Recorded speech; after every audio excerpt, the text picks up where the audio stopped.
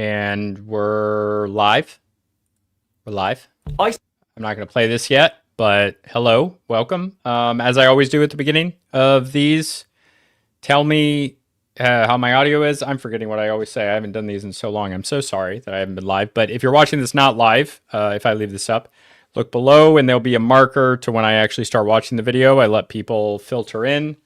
I know that takes a while, but today what we're going to do is go over videos from Michael Button. And Michael Button is a guy that somebody in my Discord recommended, and it was crazy relevant to me. I'll pull his channel up right now.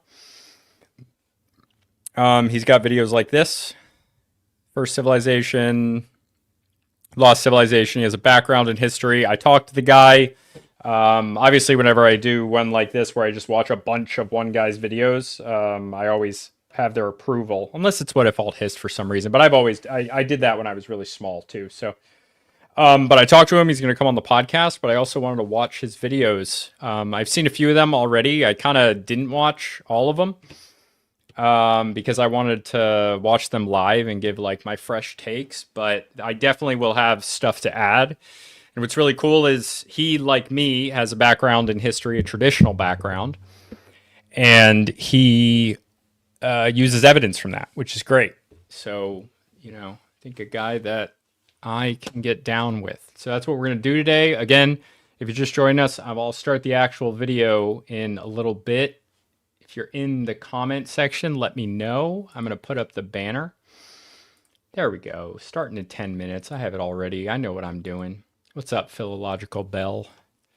I thought it was Belle, not Bell like Campania. That's Spanish for Bell. Taco Campania. Okay, yeah. What's up? Let me know where you are in the comments. Let me know where people are from. Or don't. That's fine. You don't have to. What's up, Rube? How you doing, brother? Good to see you. I know where you're from, Rube. Australia. I would be able to tell from the kangaroos. Sophia is obviously Wales, although the emoji of the flag, which I assume is a Welsh flag, unless it's some sort of other flag. I have never heard of this. Kibby. Sweet. Austrian guy, we know that's Austria, I guess. Probably not from Austria. Good Lord. England, yes. So England. Okay, so right now in Diego, D503 from Mexico. So we have Mexico, England, Wales, and Australia. Oh, it is the Welsh one. You guys have such a cool flag with the freaking dragon on it. No Americans yet. Awesome. I love how international my channel is. I love having an audience that is extraordinarily diverse. There we go. We got an American. I'm from 2 hours west, down 84. West from where? And Giovanni, freaking Italy. So we have America, Italy, England, Wales, Mexico, Australia. Already, there isn't two people in the comments section from the same country. Right as I say that, we have a second Australian. Okay, and now 2 Americans, 2 Australians, England, Wales. I'm going to start forgetting where everyone's from, but thank you guys for telling me that. What's up? Italy, yes. It's lay though. You said it's lay. Right. No, I know, but 84, like where does 84 start? For the majority of you that aren't American, 84 is an interstate highway. It's our highway system in the US. And it was inspired by the Autobahn. No, that's okay. That's okay. I was just giving you some crap, Giovanni. Yeah, 2 hours west down 84. Oh, you mean from me? Yeah, that's true. Right. So it's not where 84 starts, but from where I live in Connecticut. Yeah. No, I know where you live, Rex. I know. I wasn't sure what you meant by that, but then I realized you meant relative to my location. And welcome to the 2 Australians, our greatest military ally. Our being Americans ally. Most people don't know that, I think. That and South Koreans. Yeah, an aquatic ape. Yeah, you recommended it. Thank you. California. Good Lord, man. California. That sucks. Actually, Northern California is great. So just a reminder, we'll start in a little bit. I let people filter in. I always ask people where they're from. Obviously, there's people here that are regulars that I know where they're from. But not everybody. So welcome if you're new. Yeah, come as you are. Aquatic ape theory. What just happened? Oops, I changed tabs. There we go. Yeah, the guy's name is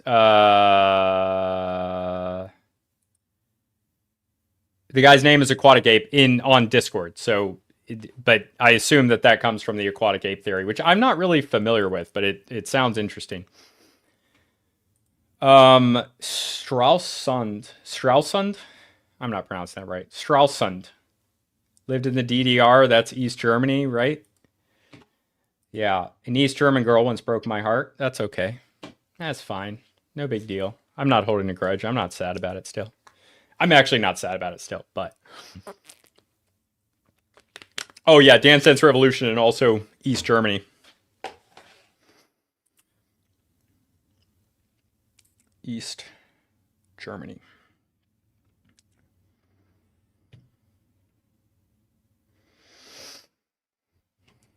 Oh, the first video I'm going to do is my history degree, lied about ancient civilizations. I have not watched any part of this. Why is this here?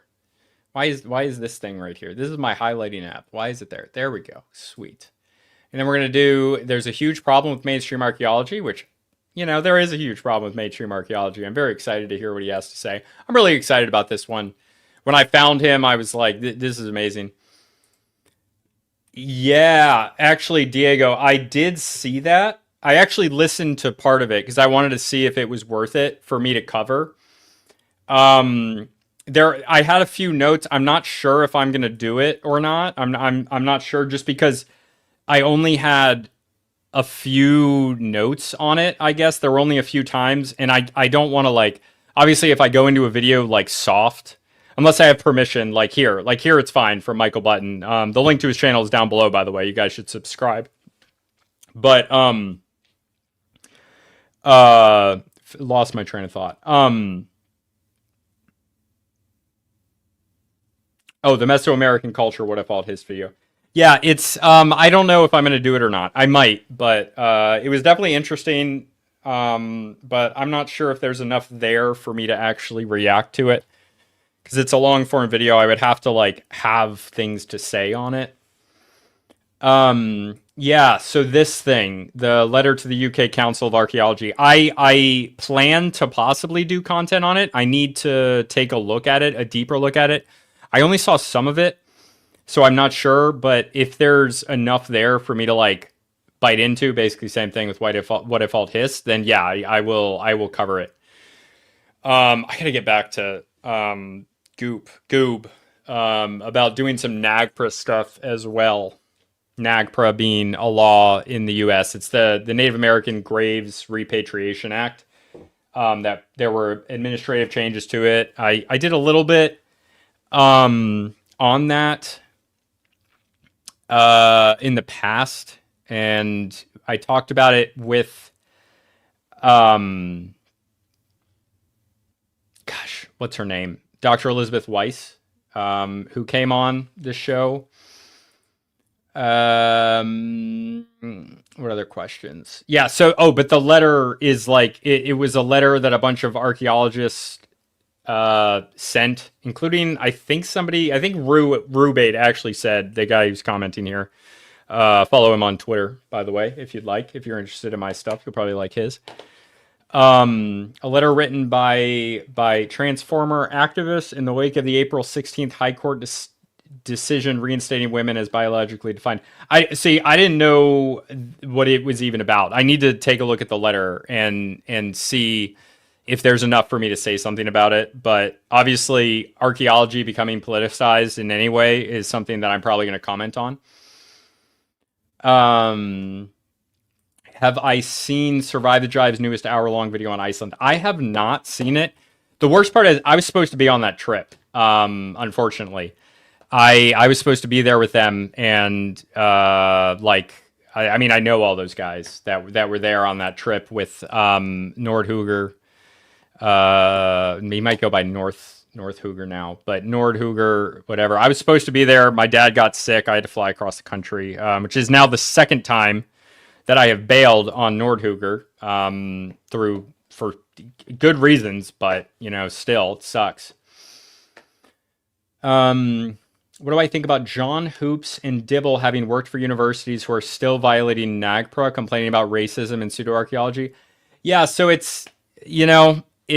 obviously, like, and so NAGPRA, like, by the way, so I was talking a little bit about issues with NAGPRA, but the original thing of NAGPRA is a good law. It was because people were grave robbing Native American graves, which is bad. That's bad. It's bad to grave rob, and in general, but specifically, it was being done a lot to Native American graves in like the early 20th century, 19th century.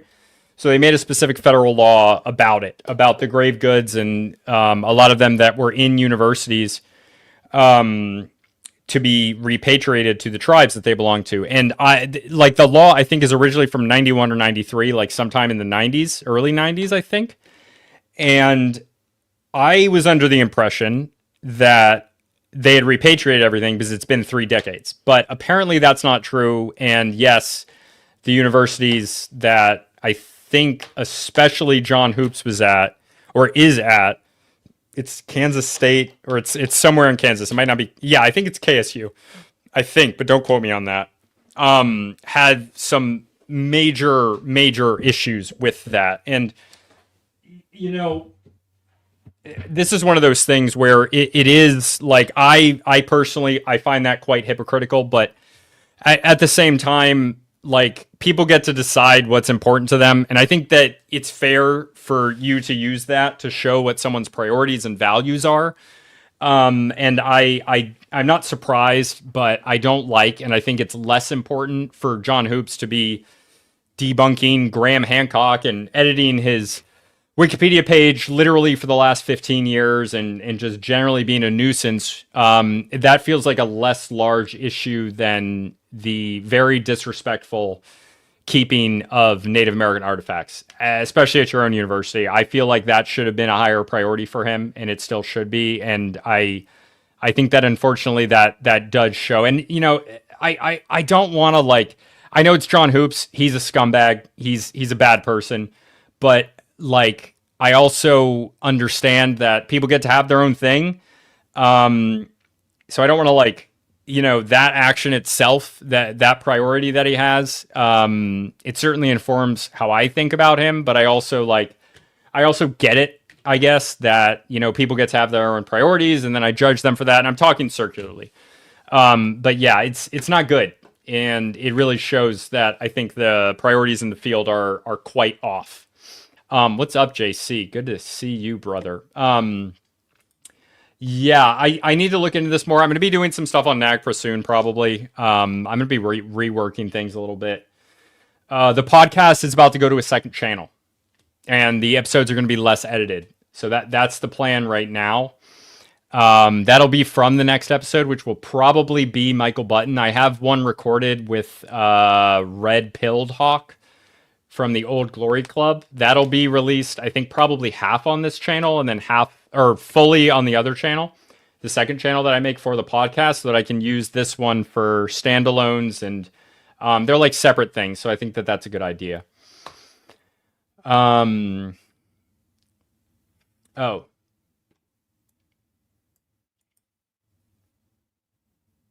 Yeah, I don't care.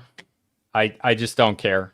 He's a friend. I like, it's a runic symbol, and when we live in a time when, Canada and Jewish celebrities like Jon Stewart are bringing in and giving medals to actual mid-century Germans, neo-mid-century Germans, I don't care. Can't care while, Israel is doing its thing. And by its thing, I mean blowing up tens of thousands of children. I just don't care. I want to talk about lost civilizations.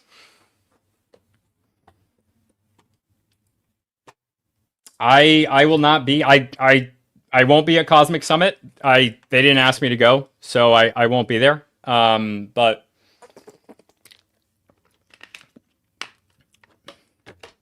Chinese pyramids. Yeah, dude, China's weird. This is the last thing, and then we'll go into the video. But it's I.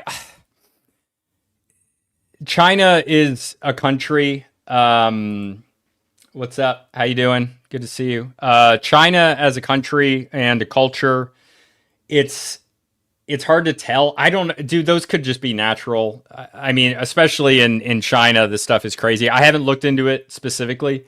I don't look into a lot of archaeology in China just because it's like they have the tomb of Qing Shi Huangdi, and they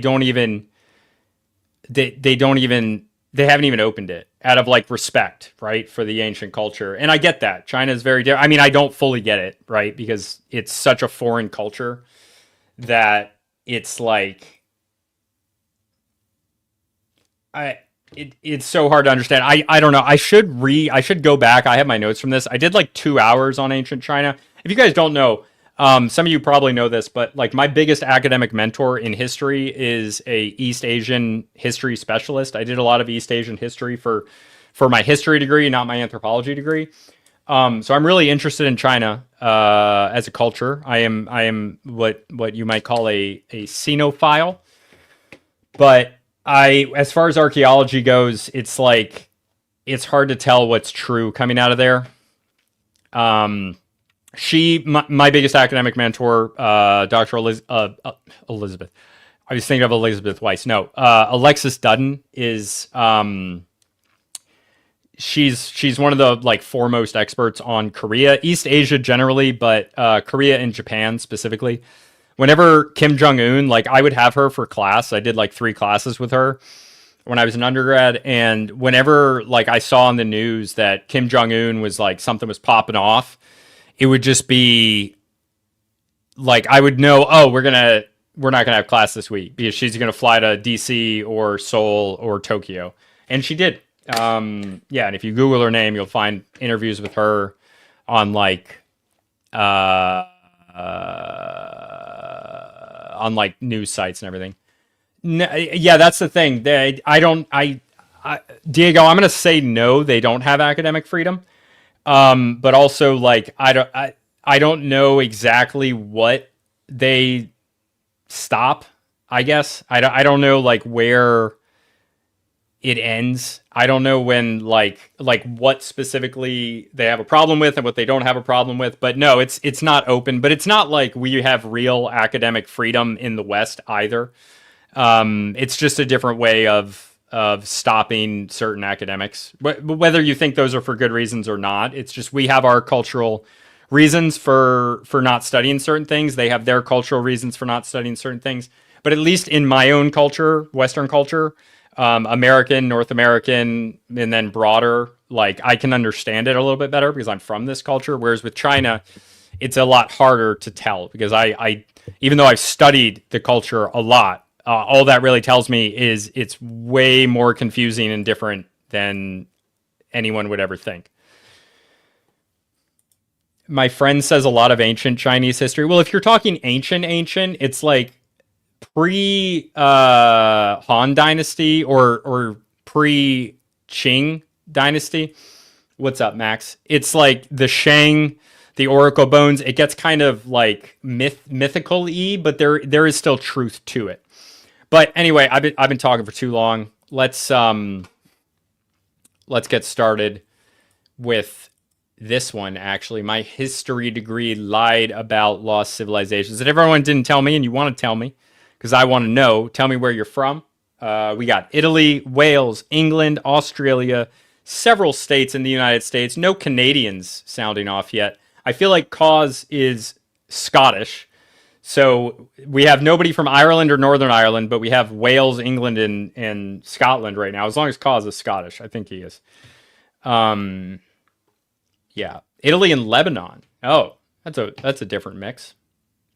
Virginia, fantastic. All right, let's get started. My history degree. Oh, tell me how my volume is, especially compared to the video. If I'm going to talk, I'll pause, but let me know, and let's go. I spent 4 years earning a degree in ancient history. Is that too loud?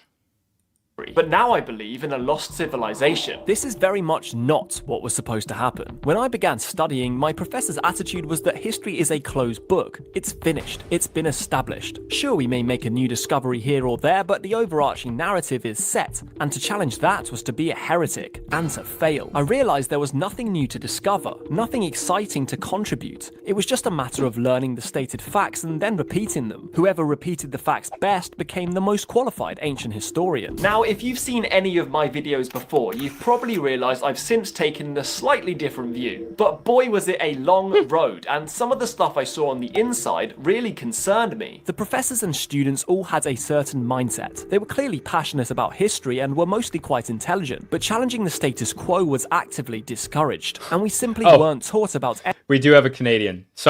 Sorry about that. Yeah, we'll take you as refugees. anything mildly controversial. Gobekli Tepe, the fascinating ancient megalithic site in Turkey that's 50 times larger than Stonehenge and 6,000 years older than civilization itself, well, that wasn't even mentioned once. Think about that. I was studying ancient history. Yeah, Gobekli Tepe. I don't know. I don't remember off the top of my head when it was first excavated or when it was first published on, but it was excavated. It started being excavated decades ago, like a long time ago. But I had to discover arguably the most fascinating ancient site in the world during my own time. If I brought it to my classes, I was told it wasn't worth discussion. Or what about the unexplainable megalithic construction in South America? Sites like Sacsayhuaman, Pumapunku, or Ollantaytambo, huge Hold up. I've never even heard of that one. in South America. Sites like Sacsayhuaman, Pumapunku, Sacsayhuaman, Pumapunku. I have never seen that. It looks like HNH. or Ollantaytambo, huge mysteries that modern science simply can't explain, but never covered, never mentioned. If I brought them up, I was told it wasn't relevant. Instead, we were taught about Roman pottery or the politics of ancient Athens. Interesting stuff for sure, but ideas that have been agreed upon forever. There was nothing even mildly outside of the box. We were just being trained to repeat the same cycle, to teach the next generation the same stuff. Now, I spent 4 years studying this course, and it was interesting in parts, but nothing grabbed me. Nothing excited me. Everything felt like it was already finished, and to me that feels like a big problem. However, there was one module, one tiny term-length study on the idea of catastrophe. This module was centered around the idea that natural catastrophe can reshape human civilization. Wait, when he says module, does that just mean class in the UK? Can some of the British people help me out here? Because I know that I did a summer course in Edinburgh, so all I know is that it's very weird. It's very different from ours in North America. But what does a module mean? Module is a class. Okay, thank you. The British people are helping me out. Love this. First, I thought nothing of it. It was only a 6-week course. But the more I studied it, the more a seed was planted in my mind. The main case study was something called the Bronze Age Collapse, a fascinating 50-year period where multiple advanced civilizations... Yeah, the Bronze Age collapse is very interesting. I think that it is, we'll see what he says.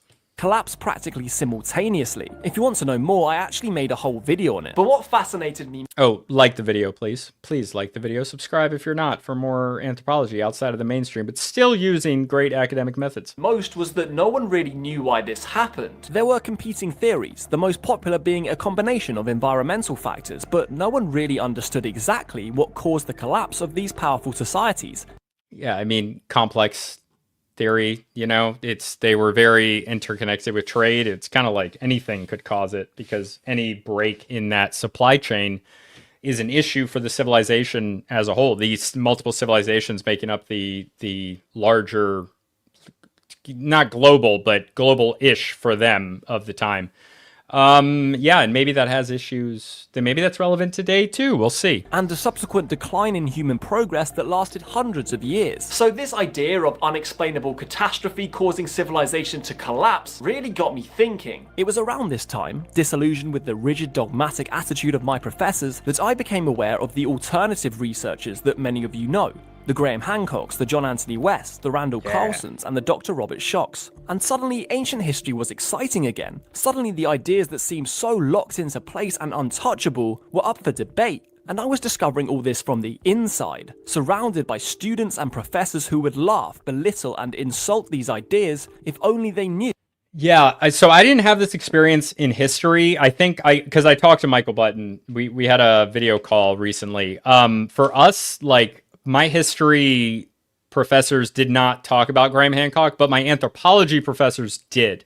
I think for him, ancient history like includes more archaeology than we would. It's different in the different places. So I would say it's like it's just different. It's hard to draw a one-to-one comparison. I was dreaming about them in their classes. What I came to realize is just how much of ancient history is built on giant assumptions, or in other words, what we don't know is massive. The vast majority of our ancient history is missing or speculative. We have extremely limited sources from which we draw huge assumptions. A tiny percentage of the archaeological record has actually been uncovered, and timelines are constructed from best guesses and sparse evidence. Now, just to be clear, this is fine. This is how history works, and ancient historians would be the first to admit that sourcing gets harder and harder the further back you go. But they seem to forget this. Unless you're Flint Dibble talking about maritime archaeology. What a refreshing difference to Veritas and Dibbler videos. Yeah, you're absolutely right, Rube. Thank you for the $5 reduce. I appreciate that. Yeah, this guy's awesome. I can't wait to talk to him more. I was so excited when Aquatic Ape shared his video and I saw his channel. It was like crazy. Yeah, and welcome to the channel, man. Yeah, Flint Dibble, he sucks, unfortunately.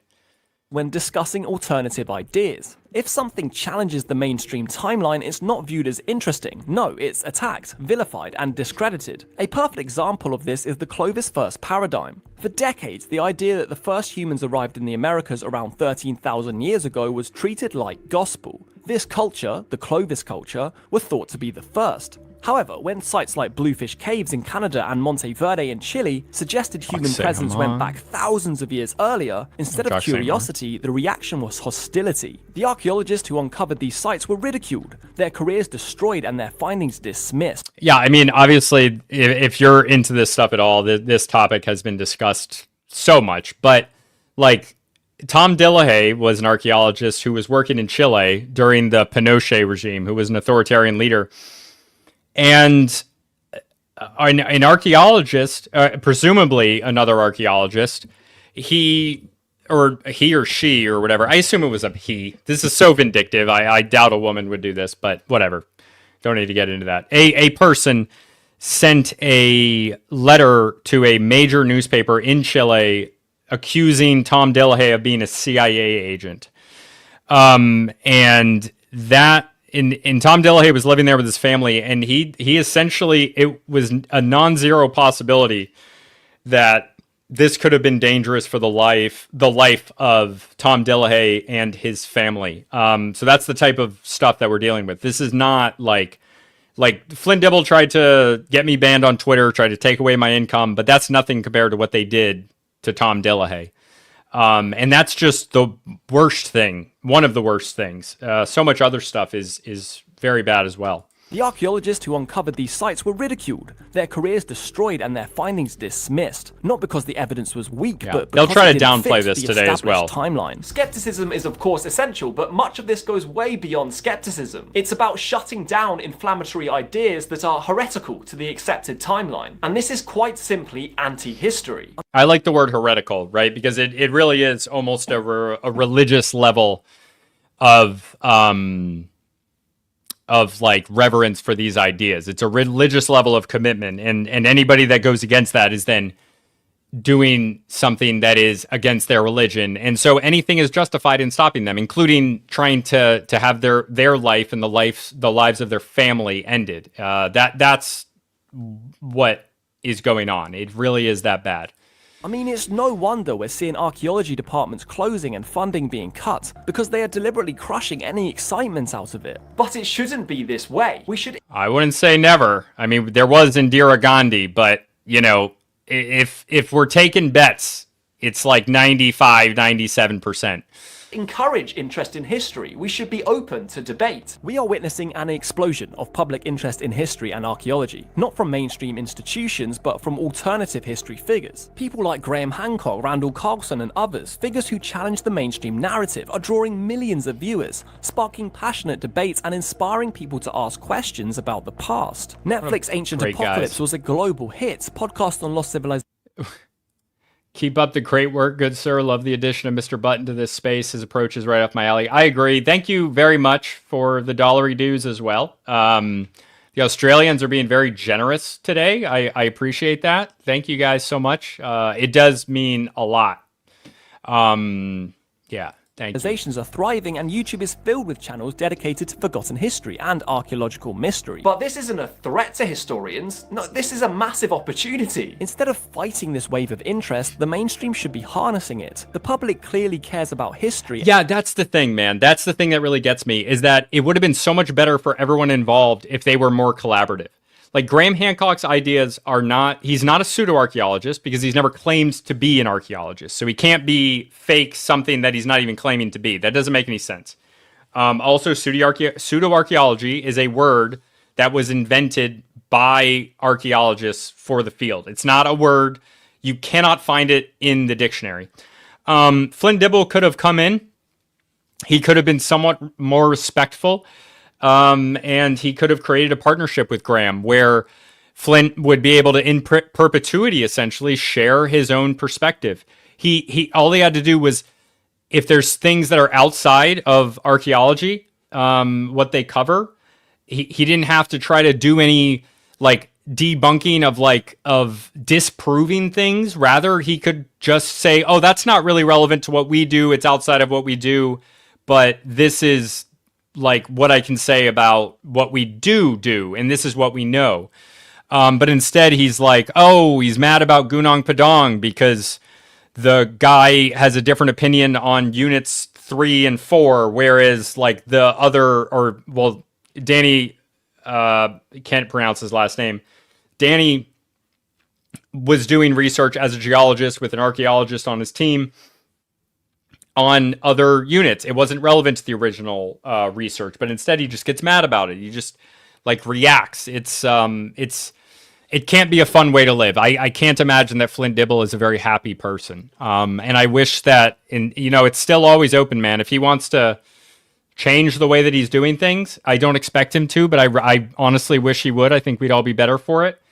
It will be forgiven. It will. And we could all be better off, and we could all talk and have mutual respect, but we'll see. And wants to know more. The worst thing archaeology can do is push them away by dismissing their curiosity as pseudo-archaeology or fringe nonsense. I, for one, believe there's lots of evidence that could suggest lost civilizations, and this is something I'm trying to cover on this YouTube channel. So if you want to help me do it, please consider subscribing below, and join me on this journey to investigate our lost past, because ancient history is fascinating and there's a lot more to uncover. Thanks for watching. The Library of Alexandria was one of the most... That's not what I'm trying to do. Okay, this is the one I really wanted to watch, but people still trickle in after Sorry, I'm working on 3 monitors here. But I wanted to wait for more people to come in. Now we got 45 people. That's awesome. So now we get to watch this video. There's a huge problem with mainstream archaeology. I haven't watched it yet, but I'm very excited for Michael's perspective. And so I'm happy for this. What's up, Forrest Mommy? Good to see you. How are you doing? I don't know what you're saying WoW 3 to, but yeah. What's up, Minoan? Everybody's here right now. This is awesome. I haven't done a live in a while, and all my regulars are here. Thank you so much. Thank you so much for coming, guys. So this is what we're going to watch now. There's a huge problem with mainstream archaeology. Obviously, Michael has a larger channel than me, but show him some love on his channel.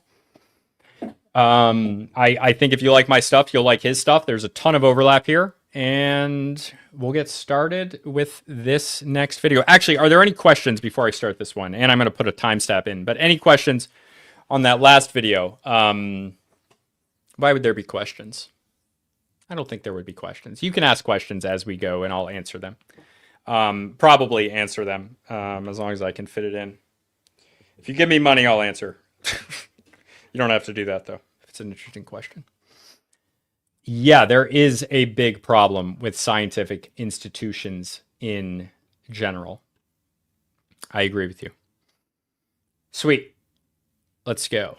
Major problem. It's a vital discipline, teaching wonders and unlocking mysteries of our past. But it's also a system that has vilified, mocked, and blacklisted those who dared to challenge it, even when they were right. Of course, skepticism is essential. Science thrives on questioning, on demanding evidence before accepting a claim. But there's a point where skepticism stops being science and starts being dogma. A rigid, almost religious attitude that refuses to accept new ideas, not because they lack evidence, but because they challenge the status quo. And this isn't just an old problem. It's alive today, deeply embedded in universities, academic institutions, and mainstream archaeology.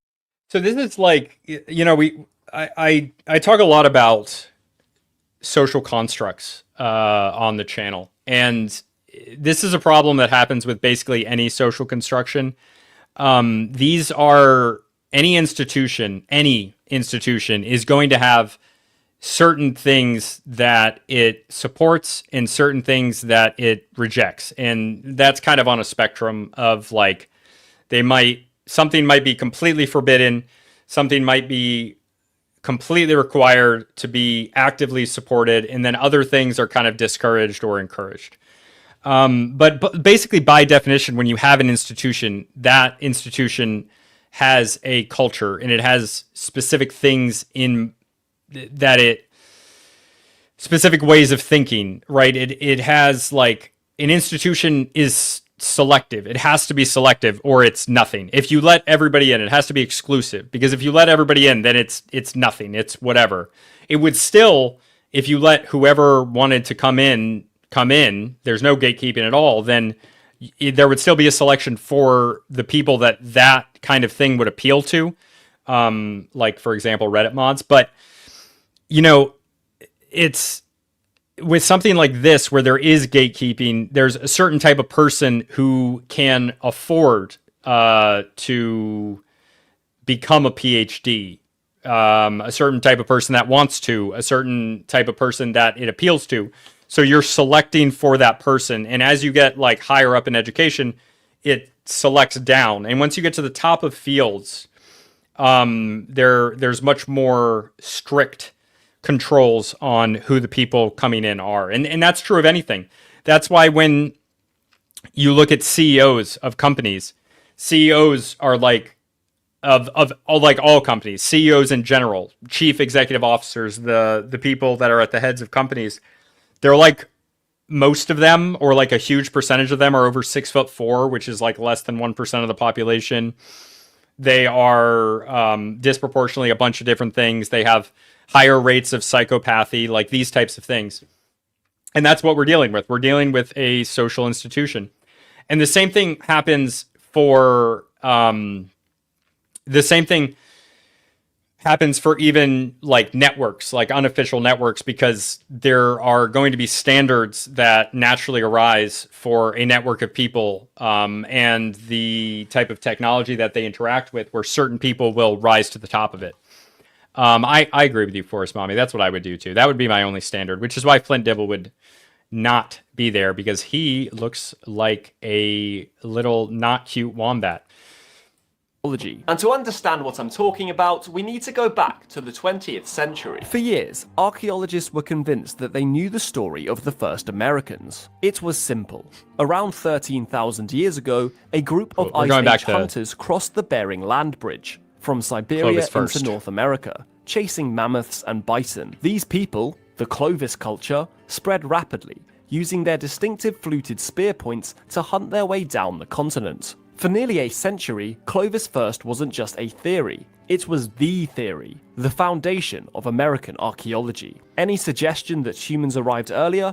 Impossible. Fringe, pseudo-archaeology. And people will say that this is not true, but they didn't bother a lot of the times digging down lower. And they'll tell you, oh, we dig until sterile soil. But what that really means, sterile soil being there's nothing in it, there's no artifacts found in it, they're not going to do that all the time. They're just not. Maybe it's best practice, but it doesn't always happen. It's not perfect. Archaeology is hard work. You go down 10 centimeters at a time in 1 meter squares. unless you're trenching, but that's generally how it works. And also, it's very possible that there would be sterile soil with nothing in it. And then a little bit below that, there might be more stuff if people didn't live there for a little while.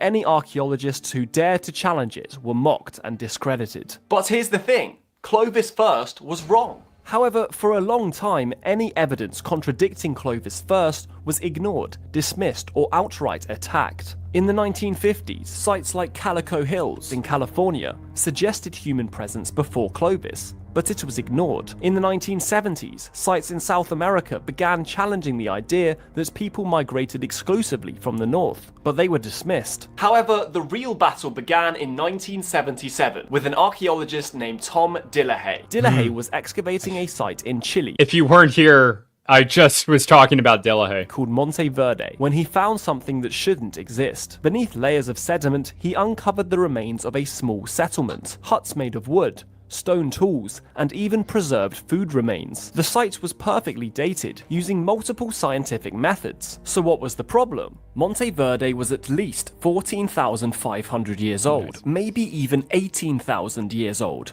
That's at least 1,000 years before Clovis and maybe even 5,000 years earlier. This wasn't just a minor adjustment to the timeline, this destroyed Clovis first. It meant humans had been in the Americas far earlier than anyone was willing to accept. So, how did archaeology react to this new information? Did it embrace the scientific method and welcome an incredibly new exciting discovery? Well, I bet they no. did. Rather than reconsider their theories, mainstream archaeologists went on the attack. Dillahay's work was mocked in academic circles, rejected by journals, and he was blocked from funding. And most shocking of all, he even had his life threatened by his own colleagues. His excavations were done in Chile during the reign of the ruthless dictator Pinochet, and so some archaeologists chose to use Pinochet as a means to silence Tom. Take a look at this clip. Moved down to Chile during the dictatorship years of Pinochet, so I was opening up anthropology department, so politically it was difficult at that time. What surprised me on the other side of the coin was the stiff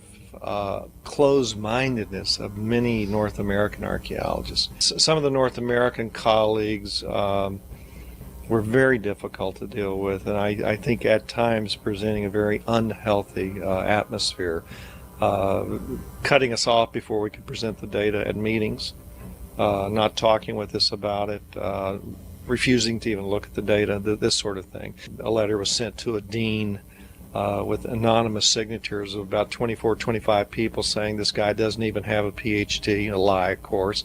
You should fire him from the university for what he's doing, and so on. And another colleague who sent a letter to the newspaper in Chile, one of the major newspapers, saying that Monte Verde was creation of the CIA to implant me down there. And, you know, that puts you and your family in a dangerous situation in a country like that. So, yeah, like I was just talking about, they sent a letter to the newspaper saying that he was CIA. And that's insane. And also, the other thing is that anthropology has a deep historical connection to intelligence communities. So it's actually quite believable. This isn't like something that can be dismissed as a prank or BS. It's very believable that an anthropologist, if you just think about it, it's the perfect cover. Because if you're an anthropologist, you have access to specific places. You would be talking to people, asking them questions, maybe more for a cultural anthropologist than an archaeologist. But it is the type of profession that would give you cover for what you're doing making sense if you were also an agent. And that's why there are many books written on this, and why it is common, at least it was in the past, for archaeologists and anthropologists to be intelligence assets or agents. I would be willing to bet it's more than any other field. I would bet that. I would bet money on that it's more than any other field. Like the video, please. I would appreciate it. And let's keep going. Yes, I am Illuminati. That is me. I'm a level 14 Illuminati wizard. That time. Yep, they literally told a dictator that he was a CIA plant, putting him and his family at huge risk, just because his findings went against the established archaeological narrative. There's a small minority of people who will do anything in their power defend their paradigm. Dillehay was finally vindicated 20 years later, and even then he had to go through a tribunal to finally get the site recognised. But one by one, archaeologists had to admit the truth. Monteverde was real. Unfortunately, however, this isn't the only example. In the 1970s, archaeologist Jacques Cinq-Mars began I'm actually not familiar with this Northman's. I'd be interested to hear more of that. Noam Chomsky? Noam Chomsky, obviously. Jesus. I'm a bit of a fan of Noam. I think he's an interesting guy. I'd want to hear about that. excavating bluefish caves in the Yukon, Canada. What he found was shocking. Butchered animal bones with clear cut marks dated to 24,000 years ago, more than 10,000 years before Clovis. If true, this would completely shatter the Clovis first model. However, instead of being celebrated, Cinq-Mars was mocked, ignored, and professionally sidelined. Leading long time. archaeologists dismissed his findings as wishful thinking. He was denied funding and struggled to get his research published, and his colleagues in the field ostracized him, treating him as a crank rather than a serious scientist. For decades, Bluefish Cave was ridiculed and ignored. Not because the evidence was weak, there was plenty of evidence, but because it wasn't what archaeology wanted to hear. And by the way, Jacques Cinq-Mars, he started excavating this in 1977. And it wasn't until the 1990s when there was this conference you might have heard about where a bunch of archaeologists were like, oh no, Clovis first is done now. But even then, it wasn't really over then. There are actually still today a few stragglers who are still fighting against Clovis first. It's not like there's stats on this. They don't survey archaeologists to see what they think. But Flynn Dibble attempted to say that, oh, in the 90s, they totally decided that Clovis first is done. It happened then. These are just articles from the mainstream. No, archaeologists were, and actually a few stragglers, again, still are hanging on to the idea that Clovis first is real and these other sites are BS. So it takes a long time. It takes a long, long time, decades, even in the examples that they give at the best case scenario.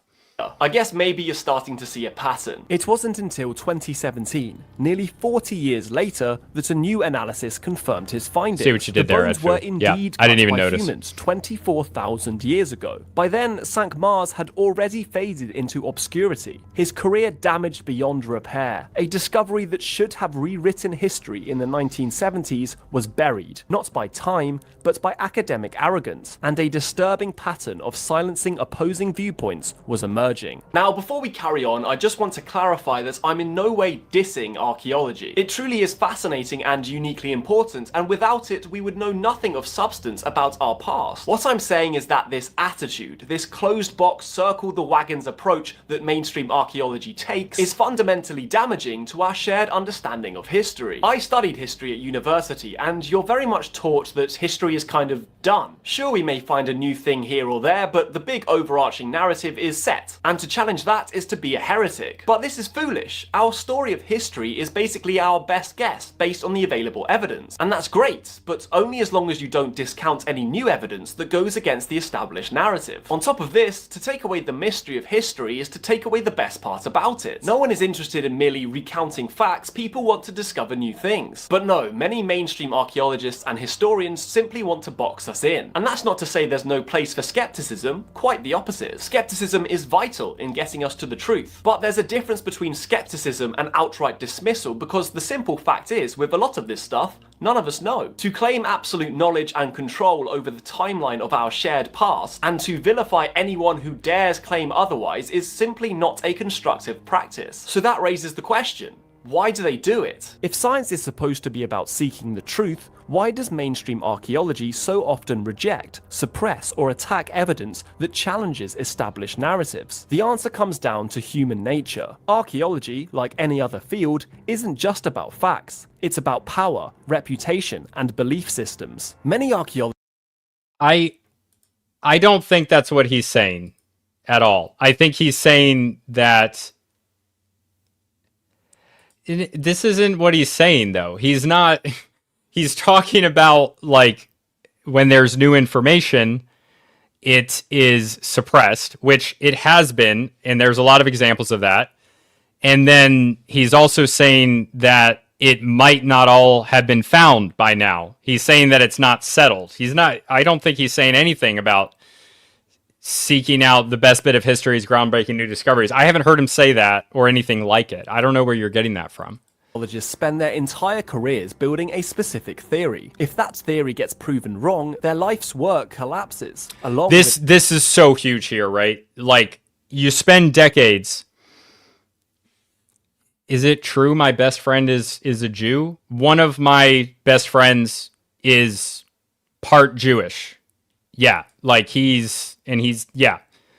One of my best friends is, yes. I'm not anti-Semitic. I know some people are. I'm not going to hide that one of my friends, I'm from the Northeast, guys. Like, I grew up with a lot of Jews, and I don't have a problem with them. And if that makes you have a problem with me, then I accept that. But yes. What was I saying? Oh, the incentive structure, right? Like, if you spend decades of your life talking about a theory, researching that theory. Sorry. If you spend decades of your life talking about a theory, then you're not going to want to just admit, you're not going to even want to look at information that contradicts that theory. Your identity and your work becomes attached to that idea. It becomes attached to the theory that you have posited. And so, like, if you admit that that was all BS, then your life's work is gone. It's just done. So it makes sense, but also we need to understand that is an issue within the field. Like, it's, in theory, it's all the scientific method, right? It's all like, we just look at what the truth is, but that's not true in practice. It can't be, because we're humans. And if you're saying that we're perfect, then you really are talking about religion, because that's the divine. Being perfect and being able to be perfect is the realm of the divine. It's not the realm of humans. With their reputation, the Clovis first archaeologists weren't just defending a theory, they were defending their legacy. Admitting you're wrong in science is hard enough, but when your entire career, funding and credibility depend on your theory being right, well, many will fight tooth and nail to protect it. The archaeologist who mastered serial dating, when you say serial dating, you're talking about relative dating? Or is serial dating a type of relative dating? When radiocarbon dating was developed because he thought it would invalidate his life's work. That is terrible. I'm way louder than the video. I am. Am I way louder than the video? I think that's just because I started raising my voice. I have the headphones on, and then if I talk in a normal voice, I think it's better. Serial dating, let me just Google serial dating so I can remember what that is. Serial dating is going from one romantic relationship to another. Context dating, yeah. Just verse relative dating. I think that's a type of relative dating, but that really sucks, because there's still applications for relative dating. It's like carbon dating's better, but relative dating is also good, and sometimes you can't radiocarbon date. So yeah, how's my volume now that I'm talking in a normal tone of voice and I'm like paying attention to the volume of my voice? Maybe kind of put my headphones so I can hear my voice. That's better. There we go. It's uncomfortable. Or I could do a dibble, and I can just do it like this. Where's my hat? I'll just hold this the whole time. How did he do that? That's terrible. I shouldn't be talking when the video is playing anyway. That's bad practice. Academic institutions are slow-moving and resistant to change. Young researchers bringing fresh ideas often find themselves blocked by senior academics who built their careers on outdated models. Jacques Cinq-Mars wasn't just dismissed because of his findings at Bluefish Caves, he was dismissed because his findings made the older generation look wrong. The same thing happened with the Denisovans. Scientists resisted the idea of a lost human species because it wasn't in the textbooks. If a discovery contradicts the work of the powerful, it is often ignored, until absolutely undeniable evidence forces a change. Archaeologists also fear their field being lumped in with conspiracy theorists. If they accept something like pre-Clovis, will that open the door for wild claims about Atlantis or ancient aliens? Many academics feel that challenging the mainstream too much makes archaeology look unscientific. The problem with this is that legitimate discoveries get unfairly lumped in with nonsense. Graham Hancock and the Younger Dryas impact hypothesis are still controversial, even though growing evidence suggests something happened 12,800 years ago. Gobekli Tepe was dismissed for years because it suggested far more complex human behaviors than should have existed 12,000 years ago. Rather than engaging with new ideas, mainstream archaeology I'll make a note of that, Marcy. Thank you. I'm going to check that out. That's interesting. Even though growing evidence suggests something happened 12,800 years ago, Gobekli Tepe was dismissed for years because it suggested far more complex human behaviors than should have existed 12,000 years ago. Rather than engaging with new ideas, mainstream archaeology often shuts them down completely, fearing that even asking the question is dangerous. But this means we don't even look for sites that could potentially be there because we've completely ruled them out. So this isn't always true, but it is true a lot of the time, unfortunately. Like there's a psychological thing there, and there's also a practical thing there where you don't want to do extra work. You might not. Like a lot of sites are done in multiple field seasons. So you go back to that site. And usually, at least in my experience, I've only done archaeology in New England, in southern New England. So it's possible they do things differently in other places, right? But we always put the dirt back. You put dirt back on top. You even sometimes we're working in people's yards. So you cut the grass out, like the turf on the top, and then you put the grass back on as best you can, Usually it does pretty well. Pretty careful to do it, be respectful because people are allowing us to use their property. But that is a thing. And you might just not go back eventually, especially if you think you found everything. And you might think you found everything because you've gone down low enough and you've done targeted archaeology to find a site of a specific era, whether it be historic period like the 1800s or Paleo-Indian from 2,000 years ago. Archaeologists are targeting places where they think they're going to find things. Due to this dogma. And perhaps most importantly of all, science doesn't run on curiosity alone. It runs on money. And research funding is controlled by institutions that have a vested interest in maintaining the status quo. If you're an archaeologist looking for funding, and you propose a study on pre-Clovis humans in America, but the major funding body still supports Clovis first, well, guess what? You won't get a grant. This creates a self-reinforcing cycle. If only certain ideas get funded, then only those ideas get studied, which means only those ideas get published, making them seem even more correct. Therefore, in my opinion, archaeology has a major problem. A problem that is fundamentally damaging to the discipline of archaeology, and thus by extension to society itself. You see this trend continuing, with researchers like Hancock being repeatedly attacked for daring to go against the traditional timeline. You may not agree with Graham, but surely the best way to combat his ideas is with discussion, evidence, and constructive debate. Unfortunately, we are seeing the opposite. I'm like taking notes. Just, can anyone remind me if there was anything else that I said I wanted to look at? I have Aquatic Ape, shared it in the Discord, so it's in there. The inventor of serial dating ended his life, and a pseudo-archaeologist takes on Flint Dibble. Was there anything else? I feel like there was something I missed. But yeah. Baseless accusations of racism, white supremacy, dangerous thinking, and far-right conspiracy hurled at him despite the fact that nothing in his work aligns with these claims. Rather than engaging with his arguments, mainstream archaeologists often resort to ad hominem attacks, using labels like pseudo-archaeologist, pseudo-scientist as a way to discredit him without a Flint Dibble's article. I got to go over those articles. There's like actual incorrect information in those articles, which is so funny. The Guardian and The Conversation are absolute rags that just print BS and they don't fact check anything. Not a peer-reviewed journal. Even if it was, they still might. Addressing his actual evidence. This pattern isn't new. It happens whenever someone questions the dominant paradigm in archaeology. Instead of asking, could he be right, mainstream scholars ask, how can we shut this down? Historians and archaeologists have to stop. I'm just going to play that again. That was so good.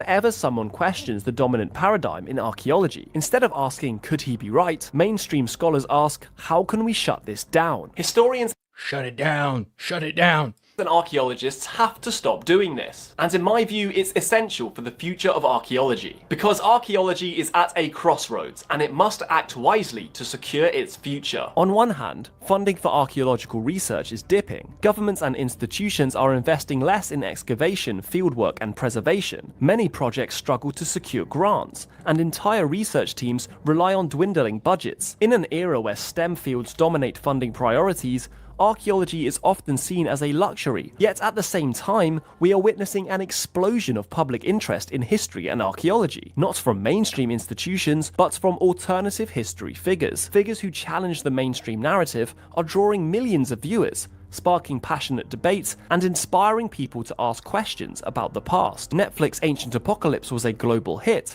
And of course, the critics will say that, oh, they're just doing it for the money, which obviously, why would someone like Graham Hancock commit his entire life to these things just for the money? You could make money doing other things.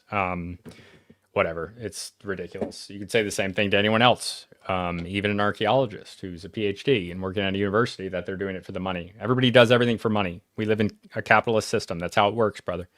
Doesn't mean they don't believe what they're saying. It's ridiculous to say so. Podcasts on lost civilizations are thriving, and YouTube is filled with channels dedicated to forgotten history and archaeological mysteries. But this isn't a threat to archaeology, this is a massive opportunity. Instead of fighting this wave of interest, mainstream archaeology should be Love this guy. harnessing it. They should use this growing passion for history to secure more funding. They should engage with the public rather than dismissing them, and they should support open discussions rather. I stopped donating to the archaeological organizations that I donated to. I'm no longer a member of the Connecticut Office of the State Archaeologist, which I was for many years. I used to volunteer with them. Unfortunately, the Connecticut State Archaeologist that I did a lot of work with, he passed away. His name was actually Dr. Brian Jones. So he was literally an archaeologist named Indiana Jones, or not Indiana Jones, but Dr. Jones, right?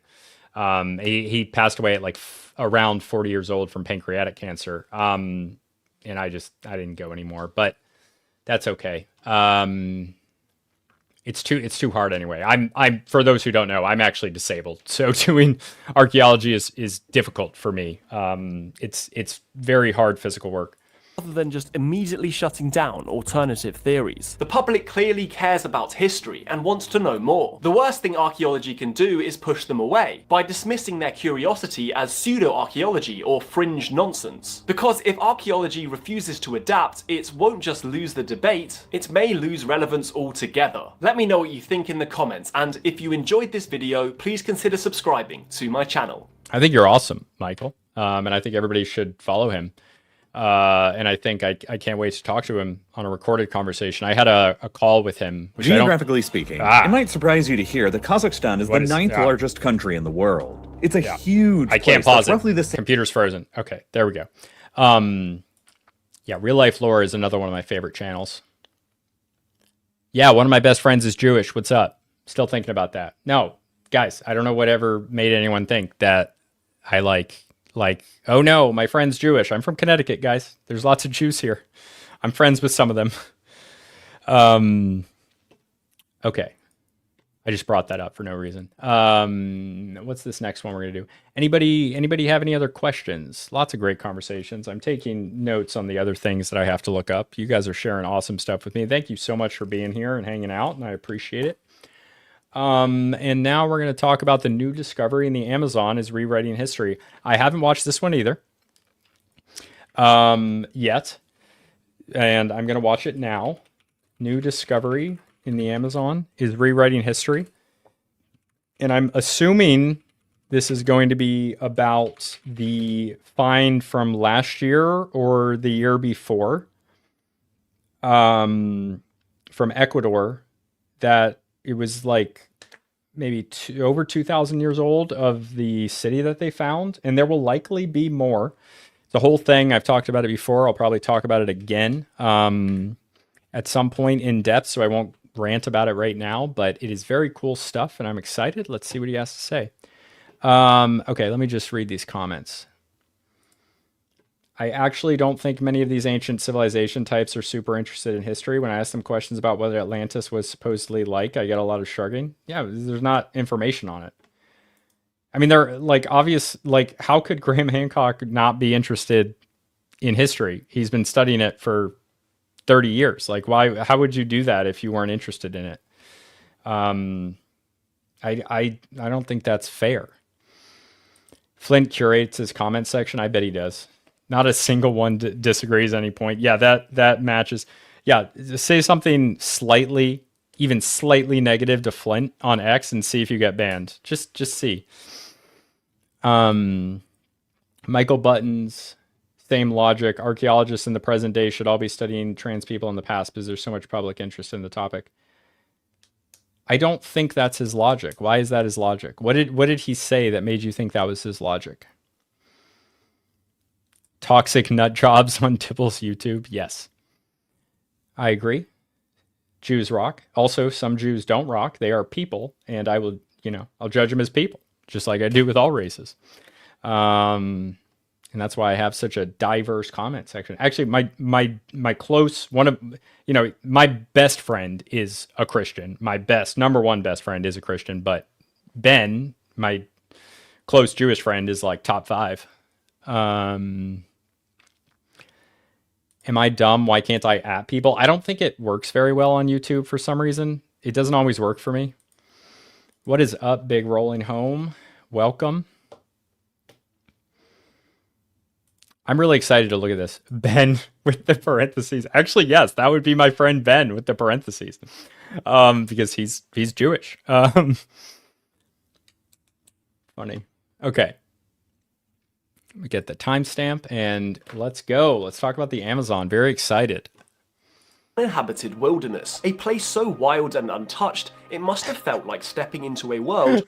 I can handle the Jewish friend with the Christian friend as the deal breaker. Before humans ever existed. And let's Having be a great honest, day. When you picture the Amazon, what comes to mind? Probably endless trees, jaguars stalking through the underbush, and rivers teeming with piranhas. Not exactly the kind of place you'd expect to find cities, let alone millions of people. It's not hard to see why this assumption has stuck for so long. This sprawling rainforest covers over 5.5 million square kilometers. Its rivers are so vast that the Amazon itself holds more water than the next 7 largest rivers in the world combined. Its ecosystem is home to 10% of all known species, from venomous snakes to fluorescent frogs. And let's not forget the diseases. The jungle is a breeding ground for malaria, yellow fever, and other illnesses that, for centuries, made it almost impossible for outsiders to explore. And then there's the sheer density of the place. The Amazon is a fortress of greenery. Trees grow so close together that sunlight barely reaches the forest floor. Vines and roots twist like nature's barbed wire, creating a nearly impenetrable barrier. For early explorers, it must have seemed like the jungle itself was working against them, so it's no wonder they believed that no one could live there. Not in any significant numbers anyway. But what if that assumption was wrong? And not just wrong, very wrong. What if, hidden beneath this thick... I really hope that he brings up, not DeSoto, that was the Mississippi River Valley. Oh gosh, who was the conquistador? I'm not going to Google it. Somebody knows it and they'll tell me in the comments. Canopy. There was once a thriving civilization. This image right here is from the site that I was talking about that I hoped that this video was going to be about. Awesome.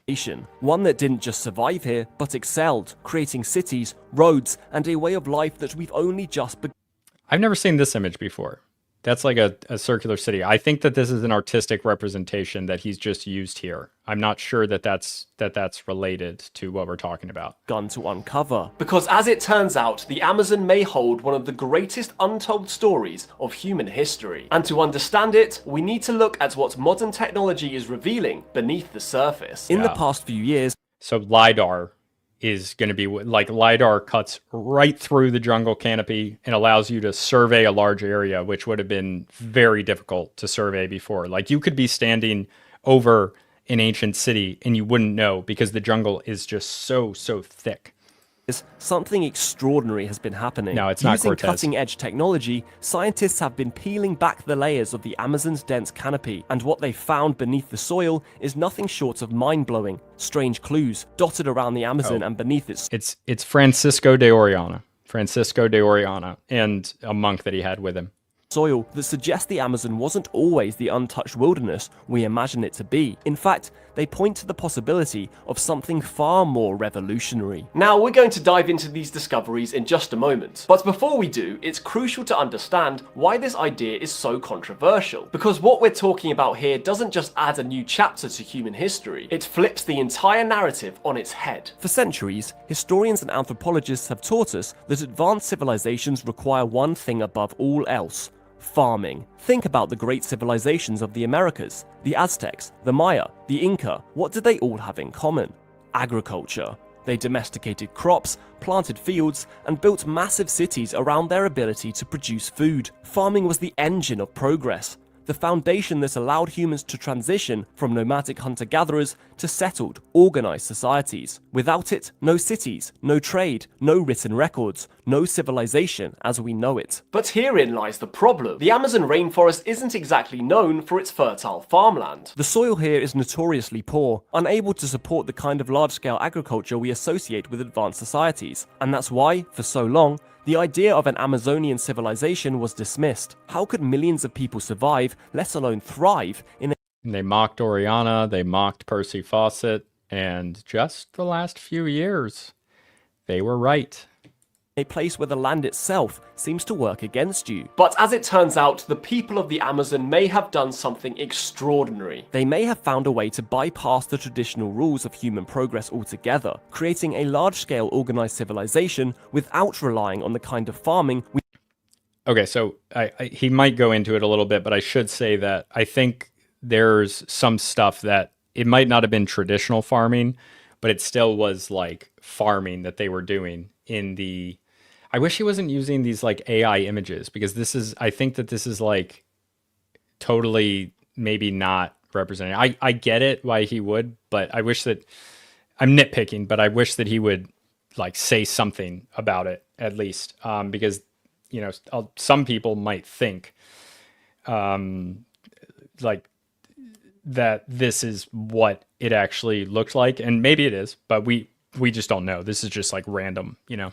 we've always assumed was essential. This is something anthropologists didn't even think was possible until very recently. And to discover how they might have done it, we need to go back to the year 1542, when the first Francisco European de explorer Orellana sailed into the heart of the Amazon rainforest. His name was Francisco de Orellana, and what he found would spark one of the great...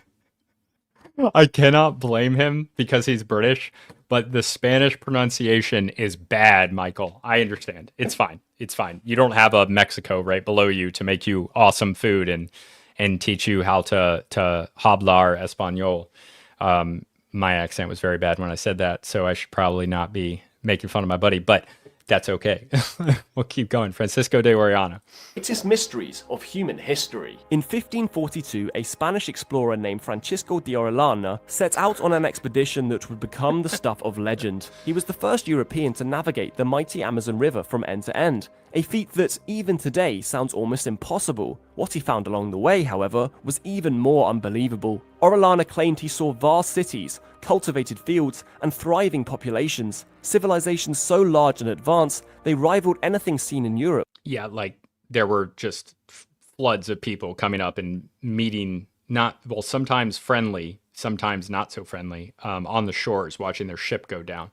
At the time. Go down the river, not go down in the river. It began as part of a larger expedition. The group was searching for riches, gold, spices, but as they ventured deeper into the jungle, their supplies ran dangerously low. Starvation and illness set in. In desperation, Orellana took a small contingent and a single boat, sailing downriver to find food and help. However, instead of barren jungle, what Orellana claimed to find was astonishing. Along the riverbanks, he encountered villages and cities teeming with life. He described roads that connected settlements, massive communities.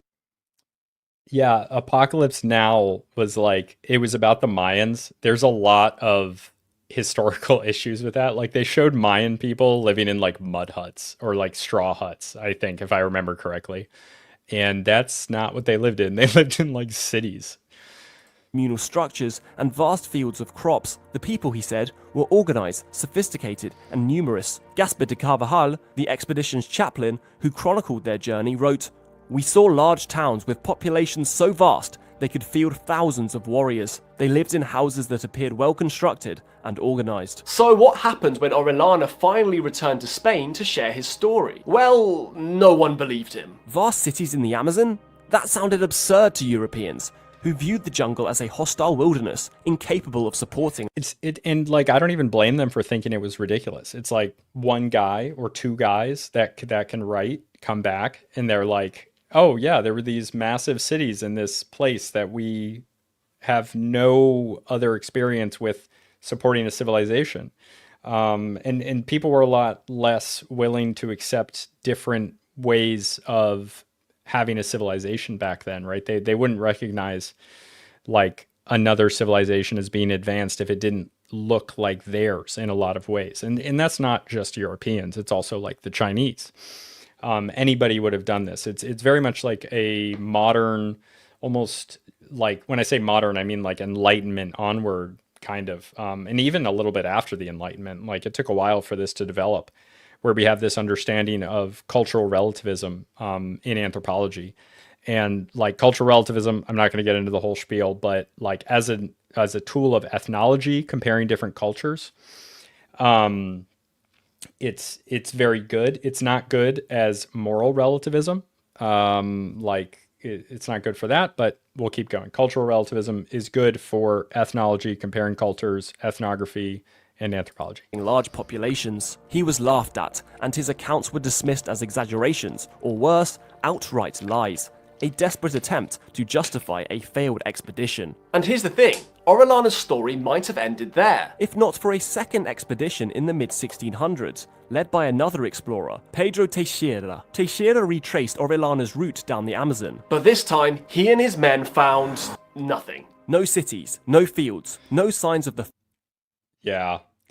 Yeah, he's going to go into it, so I won't explain, but I'm sure he's going to explain about why they wouldn't find anybody and why we found out later. Thriving civilizations Orellana had described. To them, the Amazon was just jungle, thick, impenetrable, and that seemed to confirm what everyone suspected. Orellana must have been lying. And that's how the story stood for centuries. Orellana's lost cities were relegated to the realm of myth. Nothing more than a curious footnote in history. But what if Orellana wasn't lying? What if, in 1542, those cities really did exist, and by the time Teixeira arrived, just 100 years later, they didn't? Could an entire... Did I? Oh, you're the same guy that donated before. I thought 3 different Australians just donated money to me. Thank you so much, man. I appreciate it. Obviously, I don't expect it, but I do very much appreciate the donations. Yeah. Have a good night. Australia is big. You guys got like, what, 5 or 6 time zones, including like Tasmania and some of the other stuff. But it's probably late there, or early. No, it's early there because it's 8 p.m. here. Whatever. Thank you very much for the donation. That's the point. Like the video, please. Let's keep going. civilization have risen and fallen in such a short span of time? As impossible as it sounds, there's an explanation for what might have happened. An explanation tied to one of the most devastating forces ever unleashed upon humanity: disease. To understand how this could wipe out millions of people and leave almost no trace behind, we need to take a closer look at what happened when Europeans first set foot in the Amazon. The answer to Orellana's mystery may lie in one of history's darkest tragedies: the arrival of Europeans in the Americas, because along with their weapons and ships, the Spanish brought smallpox, measles, influenza, and other... I'm glad that you guys are having beautiful weather in Australia. We are also having beautiful weather here in New England.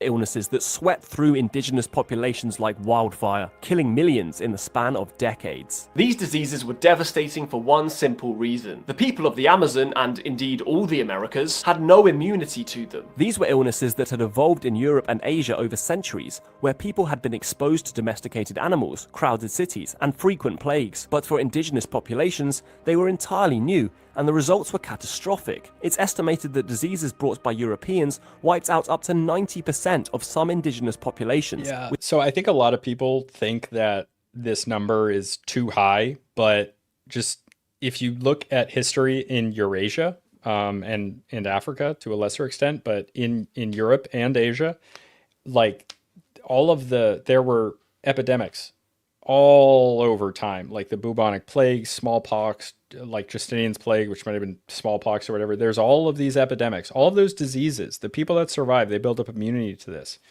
So these diseases that might have gotten rid of 10%, 30% of the population at any given time had happened like a dozen times in different places.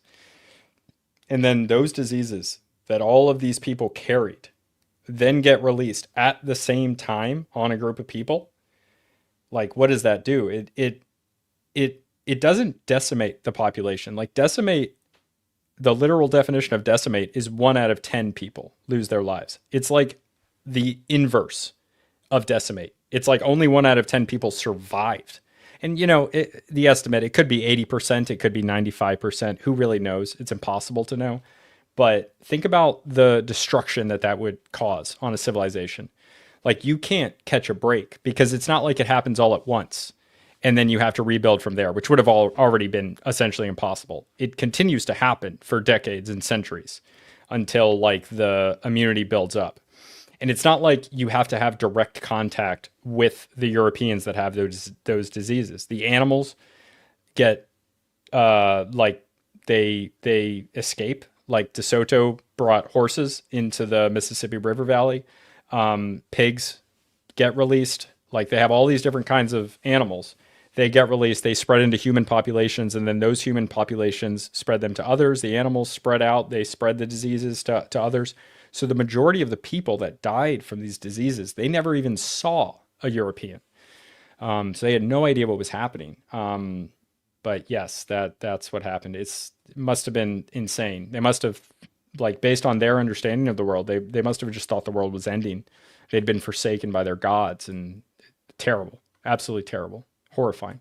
Within just a few generations. Now imagine what that would look like in the Amazon. Cities once bustling with activity would have fallen silent as disease swept through, leaving entire communities decimated. Villages abandoned, crops left untended, roads overgrown, and all of this happened in the period before Europe. And he's using decimated in more of the, like, the not the literal original, like, Roman definition, but decimated in, like, it now doesn't necessarily mean 10%, but like, you try to get leadership, like you get a new king and then they die, and then another one and then they die. And it's like, you have no time to catch any sort of momentum because it just keeps destroying anybody who's in a leadership position. Like, how are you going to do anything? European explorers like Teixeira arrived, which is why they found nothing but jungle and silence where Orellana had claimed to have seen thriving civilizations. But wouldn't there still be buildings and archaeological evidence left behind? Well, the answer is no, because it's entirely possible that a civilization of millions of people could have been erased in a mere 150 years. And I'll tell you why in just a second. But first, let's jump ahead to the modern day. So is it possible that Orellana was telling the truth? That these cities did exist, only to vanish before anyone else could see them? Modern discoveries are starting to suggest that the answer is yes. Thanks to modern technology and scientific breakthroughs, the Amazon is finally giving up its secrets. And what we're finding beneath the canopy is nothing short of extraordinary. One of the biggest breakthroughs came with the use of LiDAR. This technology, which basically involves... Brazilian, welcome. I don't know if I've ever noticed a Brazilian in the comments before, so I'm happy for another country. I gotta get a map and start putting pins where everyone's from when they tell me.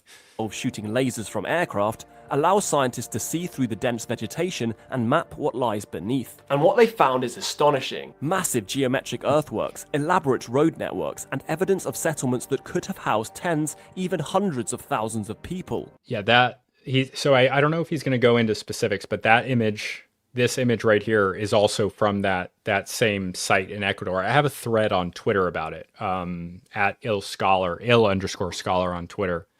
It'll be in my highlights if you're interested. I break down the journal article about that. Works and evidence of settlements that could have housed tens, even hundreds of thousands of people. For example, in Bolivia, archaeologists uncovered vast circular structures and canals, suggesting highly organized societies with advanced water management systems. These geoglyphs hint at a deep understanding of engineering and urban planning. In the Brazilian Amazon, I might be misremembering, or he might have mixed those up. I don't remember right now.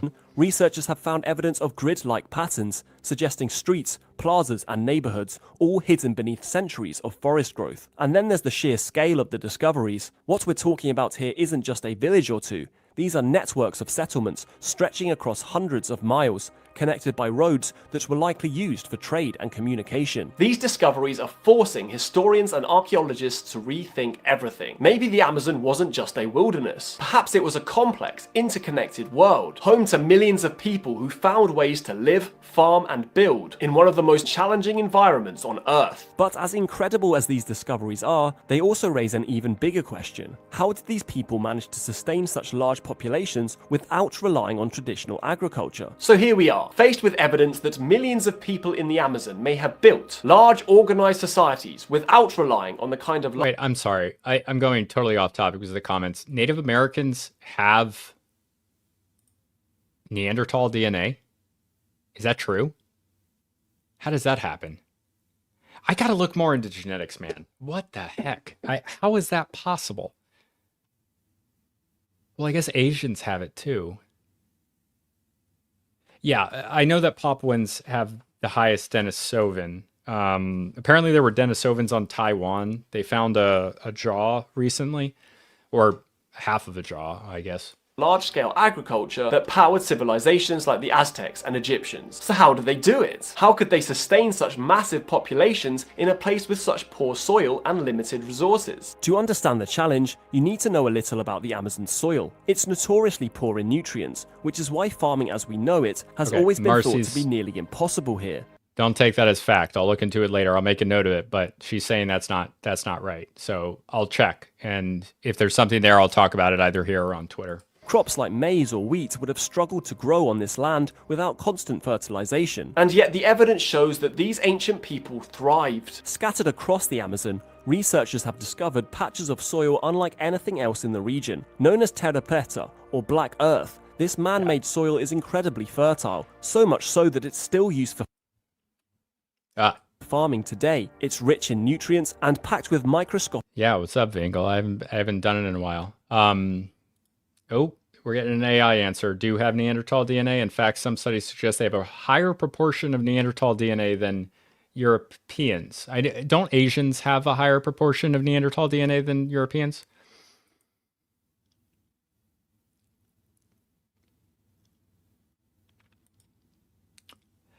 Well, it feels like it's uncutting his previous one. Archaeologists now have all the same motivations to protect the established narratives, so why aren't they suppressing the Amazon cities thing?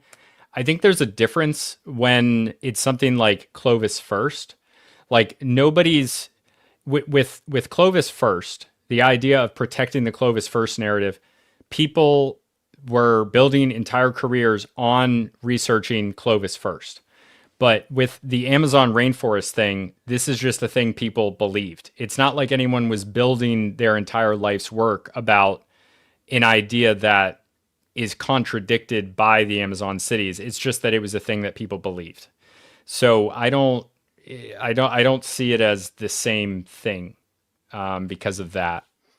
Is that a bad argument? Like, tell me honestly. Like, I feel like that's a significant difference.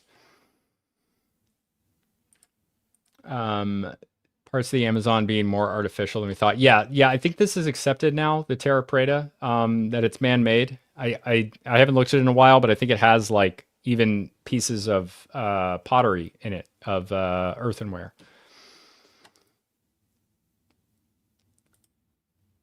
They crossed before you thought they crossed before they couldn't have crossed before. Well, I guess it depends on when they earliest got there, but I think that Neanderthals were extinct around 40,000 years before present, which is 1950. For some reason, present is 1950. Well, it's because that's when there were like nukes, and it's a whole thing. Doesn't matter. I'm getting better about not going on tangents.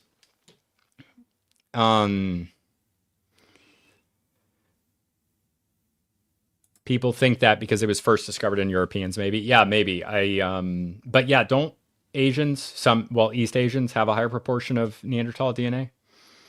Charles C. Mann has a whole chapter about this. Charles C. Mann is one of my favorite authors. Love that guy.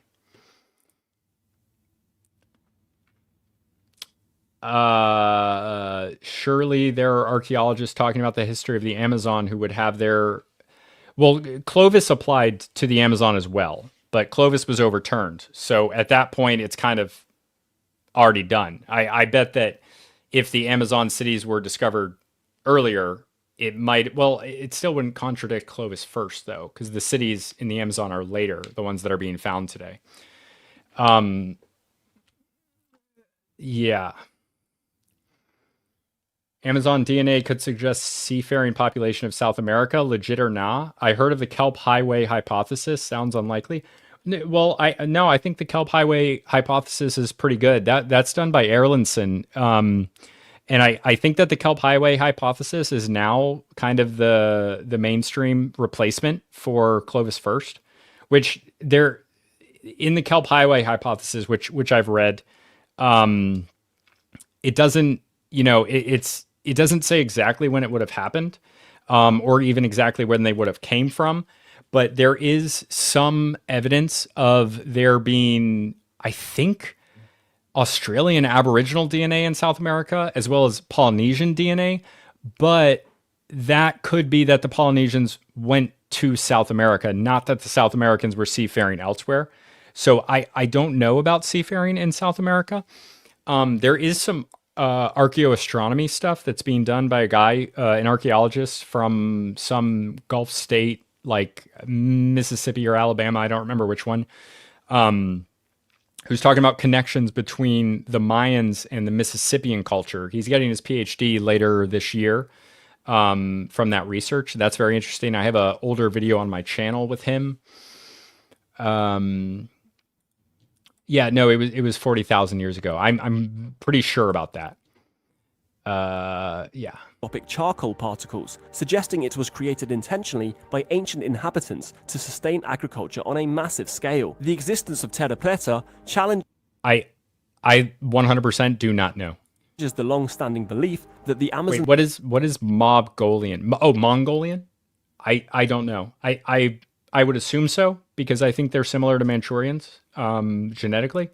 But I don't know. Poor soil couldn't support large populations. Instead, it suggests that these ancient societies didn't just adapt to their environment, they transformed it, creating the conditions they needed to thrive. Essentially, these people turned the Amazon into a giant food-producing system, blending nature and cultivation so seamlessly that the jungle itself became their farm. This approach wasn't just sustainable. Yeah, so the jungle became their farm, which is so cool. It's like a whole big food forest, I guess. Or it at least, it could have been a whole big food forest.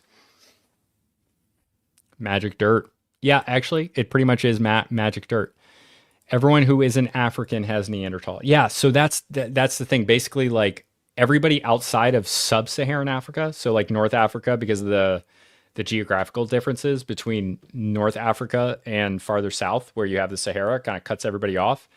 Everybody descends from one population.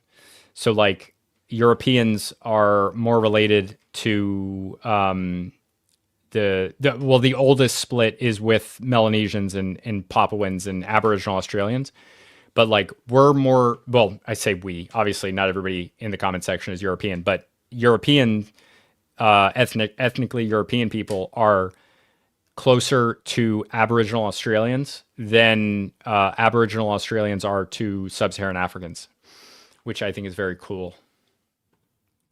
It was genius. It allowed them to avoid the soil exhaustion and deforestation that often came with traditional farming, ensuring that the rainforest could continue to support them for generations. All of this points to a civilization that didn't follow the traditional path of agricultural development. Instead, they created their own system, one that was perfectly adapted to the challenges and opportunities of the Amazon. But if these societies were so innovative, so in tune with their environments, what's happened to them? How could they disappear so completely? The answer lies in the forces that both built their world and ultimately led to its destruction. Unlike in other parts of the world, where stone ruins or dry climates preserve ancient cities, the Amazon is a living, breathing machine of destruction. Unlike the stone cities of the Maya or the Inca, which left behind towering ruins, the civilizations of the Amazon probably use mostly organic materials like wood, earth, and thatch. These materials decompose rapidly in the rainforest's hot. Yeah, I mean, this is pure speculation, right? I think I would have to look back at the article in Ecuador. I think that this is pure speculation, but you use what's available to you, right? Like Plains Native Americans, they lived in teepees because a lot of them lived in teepees because they were nomadic and they traveled and they had access to hides, lots of animals, but they did not have access to as many trees. So they're not going to make wigwams like they made in the Northeast. And they're not going to make milled wood structures like they did in like the Coast Salish people, or they're not going to dig into the hillside like the Pueblans, whatever. I don't know how to pronounce that, did. It's just based on what's available to you. I have so much to say on that. It makes me sad to see architecture and the specifics of a specific place be lost to just the as some call it, the globo homo, the making structures one way everywhere, the 5/1s type of structure. I've talked about them before. You might have seen those. Humid environments. Add to that the relentless growth of vegetation, and within decades, any trace of human structures could be completely swallowed by the jungle. Then there's the Amazon River itself. Its vast network floods regularly, creating massive seasonal changes in water levels. Over time, these floods can wash away entire settlements, erase roads, and reshape the landscape. It's a constant reminder that in the Amazon, nature is in charge, and even the most advanced societies had to contend with its power. And finally, there's the simple fact that time erases memory. Without written records, oral histories of these civilizations would have faded over generations, especially as survivors were absorbed into smaller, more isolated groups. By the time explorers returned to the Amazon, the cities Orellana described were gone, erased not just physically, but culturally. So, my friends, it appears that somebody might know Northman's, but I don't. It is indeed very possible that everything we thought we knew about the Amazon is wrong. We are quite possibly witnessing the discovery of a lost, large, interconnected, and highly sophisticated civilization in the Amazon, hidden deep within the world's largest rainforest. But let's take a moment to imagine, what if this is just the beginning? What if the Amazon wasn't just home to a few scattered cities, but an entire network of society? Yeah, so the city that was discovered in Ecuador is on the edge of the Amazon, which means like what's kind of in the heartland. That'd be crazy, right?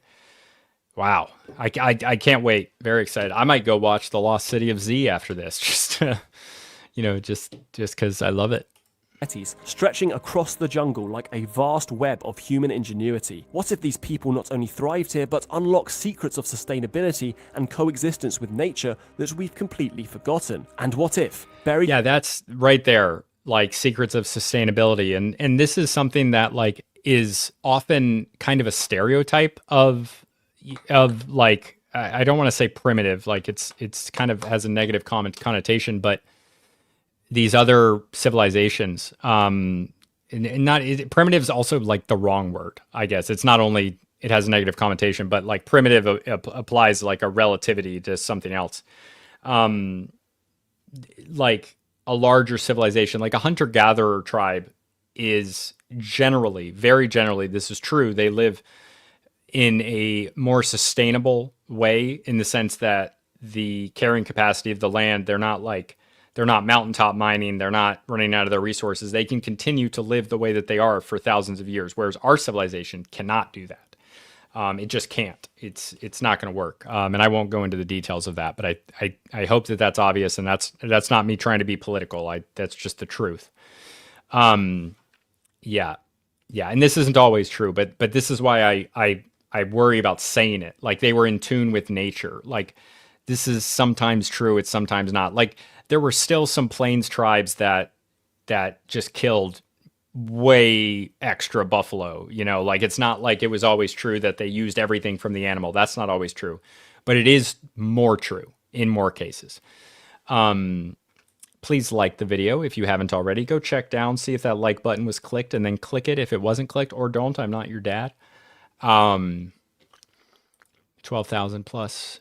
Who knows what's hidden in uncontacted tribe territory? So this is something I talk about sometimes here. It's totally okay because a lot of people think this, but there aren't really any uncontacted tribes left. Like there are some tribes that maybe haven't been contacted in a while, or maybe even were never contacted. But a lot of times those people will then have contact with another group of indigenous people who then have contact with the modern world. So there aren't really any uncontacted tribes left. Even even unless they're somewhere where we really don't know, like living under Antarctica or something. That's a joke. But like North Sentinel Island, people have made contact with North Sentinel. They don't anymore because the Indian government cut it off from the public, which I agree with. There was a guy recently who went there to give them a Diet Coke, I think, which is crazy. What an idiot. But yeah. And also, I have told Lord Miles myself, I have told him and had him respond, like in a comment, don't go to North Sentinel Island. Please don't go. No, it's okay. Don't be sorry. I'm not like trying to correct you. I'm just trying to talk about it. Sorry, by uncontacted tribe, I mean the people that will unalive you if you run into them. Yes. Yeah. And there are some people like that. Yeah. It's not even true that there are groups of people who are uncontacted directly by like modern Western people, but it's like they still have contact, it's like it's just like how many like what is it, bacon freaking how many degrees of separation from the actor whose first name I'm forgetting, but Bacon. I like to do Keanu Reeves because I'm only 1 degree of separation away from Keanu Reeves because I know Graham Hancock. So I'm 1 or 2, I don't know how you do it, degrees of separation away from John Wick, which I think is pretty cool. But yeah, let's keep going. Beneath the jungle's dense canopy, there are Kevin Bacon. Still untold wonders waiting to be uncovered. Ancient technologies, lost knowledge, and Rex, the Christian missionary, the Asian guy, that was a few years ago. I'm forgetting his name right now, unfortunately. This other guy was like a content creator. The gods must be crazy, Coke bottle. Yeah, I gotta watch that movie. People were telling me to watch that movie when I was watching a documentary on live. I haven't seen it, and I have to. Stories that could redefine how we see our past, our planet, and even our future. Because here's the thing, if they could build and thrive in an environment that we've always considered impossible, what does that say about the limits of human potential? What does that say about what we could do if we learned to work with nature rather than against it? And what secrets and story lay hidden deep within the rainforest? The Amazon is no longer just a wilderness. It's a mystery, a living time capsule of human resilience and innovation. And the more we uncover, the more we realize how much we still don't understand. Let me know what you think in the comments, and oops, what did I click on? If you enjoyed, nope. Okay, yes. If you haven't already, follow Michael Button if you'd like to. The link is in the description. Okay.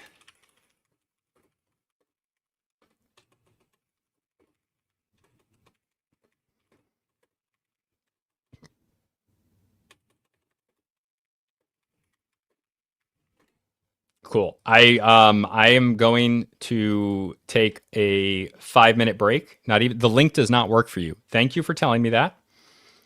This guy's a British accent, so I trust him. Yeah, he's from England. He is English. The link doesn't work. I'm gonna get a new one.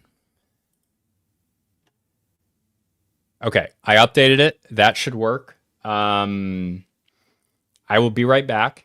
And then we're gonna take a short intermission to play a little fun game.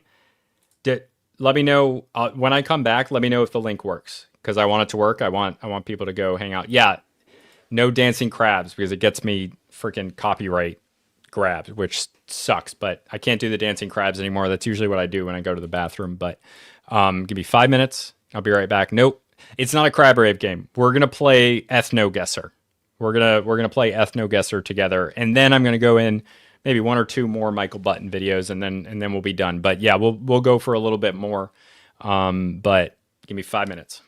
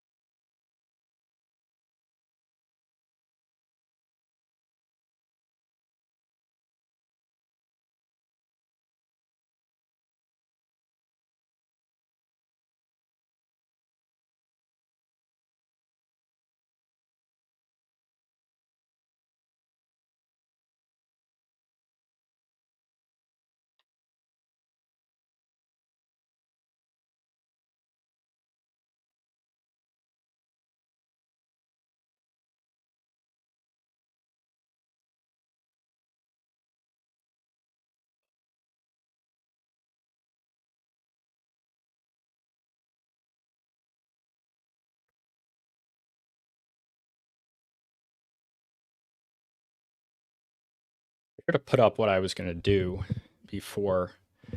Oh gosh.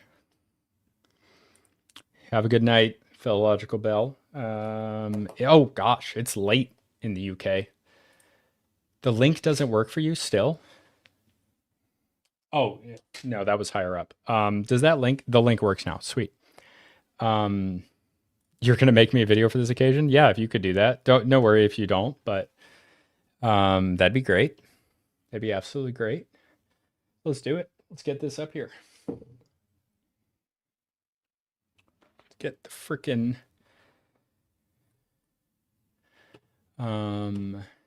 EthnoGuessr. I don't know. You guys might have heard of that. Can we start over? I just got here. Someone asks every single time. Yeah, just start over. Just go back 2 hours. No, I'm gonna leave this one up. If you would like to support me, you can sign up. My unthemed streams, when I just do kind of whatever I've seen during the week, I do make for channel members and Patreon only, and you can sign up for that if you want to support me, and that's appreciated, but not necessary. Wait, why is it already giving me this? But this one will stay up, so you can watch the VOD afterwards. Where's my thing? There we go. Sweet. Unfortunately, a lot of people leave every time I go to the bathroom, or every time I take a break. So I avoid taking a break. But I have needs. Okay. EthnoGuessr. We're gonna do the challenge mode. 38 ethnicities, one from each major ethnic group. One from each major ethnic group. I don't know what 38 major ethnic groups. Oh, JC's still here. Sweet. I don't know what that means, but okay. These people. So they have somewhat of an eye fold, which could either mean Central Asian, but they look more like European. But it could be Northern Scandinavia as well. This one might throw me off. Someone guessed. Yeah, throw out your guesses in the comments as well. We're gonna do this together. I think only professional racists know that many ethnic groups. Yeah. Actually, I'm gonna put a thing. I'm gonna put a timestamp in, so when we start EthnoGuessr 153:30 EthnoGuessr. But I'm thinking that these people are Finnish. Oh, somebody just commented it. Finnish. But the one near Russia. Yeah. No, I don't think these are Russian, although Russia has a lot of different ethnic groups in it. Earthlings. How do you pronounce that? Emlyn? That's Emlyn? Emlyn? These are definitely not in yeah, I'm sure I can find it, Marcy, but if you want to post the link in the Discord, please do that. But if not, I have it written down. I'm sure I'll be able to find it. These are the Kazakh people are actually quite Asian. They're like Central Asian people, Kyrgyzstan, a few others. Sometimes they look more mixed white. They look like almost a natural, like it's not like they're mixed Asian and white, but they look almost like a person mixed with whites and Asians. Oh, Finns are like 80% blonde. This might not be Finnish then, but I don't have a better guess. It could be a little bit farther east. They're not like ethnically Russian. No, that's okay, Marcy. I'll find it. I have it written down. I have the title written down, so I can definitely find it. I'm thinking we're gonna go like over here a little bit into Russia. It's one of these ethnic groups that are like they're a minority in Russia. Oh gosh, no, it was Lapid. Dang it, I was pretty close. No, these aren't Magyars. Magyars. You mix the G and the Y. I mean, they're not really an ethnic group anymore. Obviously, it's Hungarians, but okay. Okay, so these people, they look sub-Saharan African, but they're like not Bantu. This one, okay, it's only the second one, but this is stumping me already. I don't know how tall they are, but they could be like pygmy-like. So they could be in the Democratic Republic of the Congo. Someone's saying Ghana, but I don't. Ghana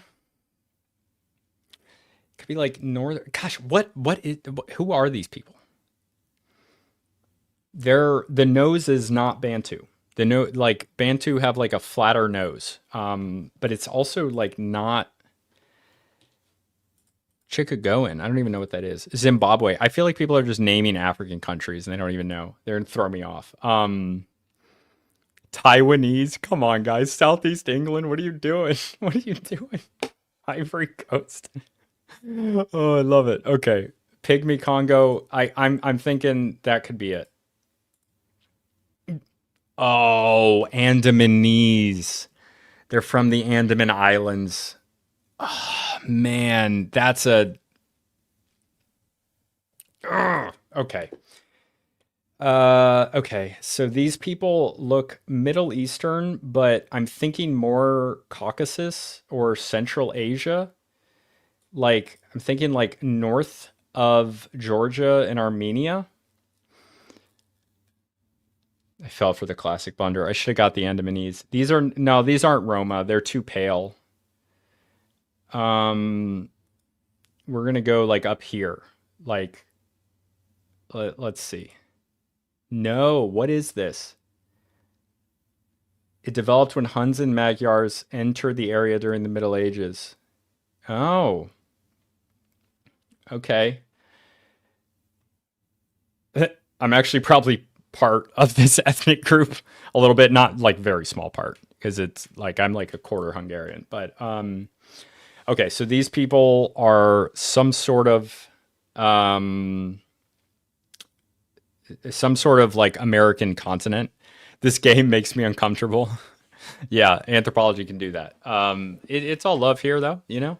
So Taiwanese again. Thank you. So these people, I'm thinking like,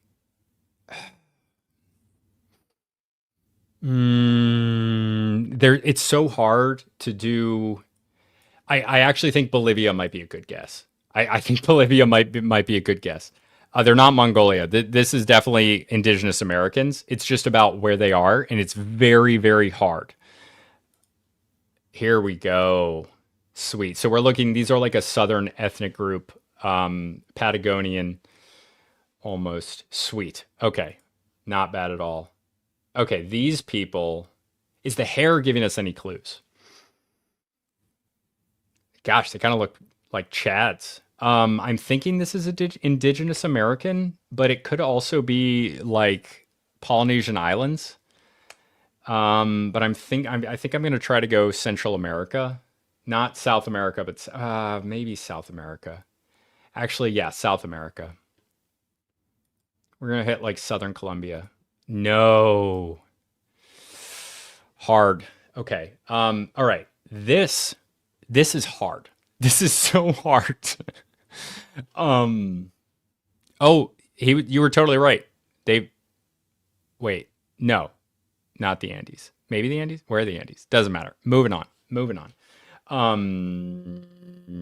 Crap.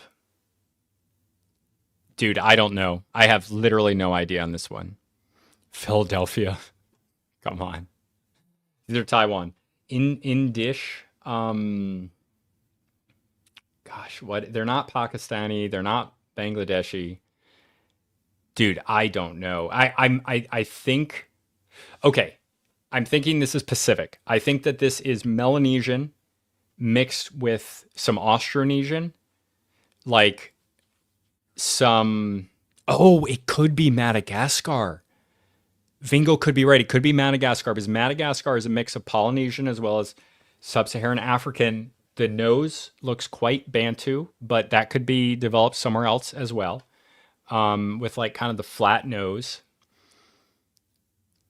This is really tough because they're so spread out. So like but if I throw it up like somewhere over here in Malakas or Bismarck, we're gonna go over here and we're gonna see. 5,000. 5,000. Okay. Another one I don't know. Solomon Islands. Yes, that was pretty much it. This right here is Polynesian, but mixed with I think that it's Polynesian but mixed with like Melanesian. So I think it's going to be in a similar area. So it could be like southern Philippines. I don't think this one's India. But Filipino is not an ethnic group. These are not Indonesians. I used to live in Indonesia. They could be from an Indonesian island, but they're not a main, like, I'm an educated racist. I'm a professional racist, not like I'm a professional on races. I'm not like a racist. Like I do a little noticing, not in the traditional sense, but in my own sense.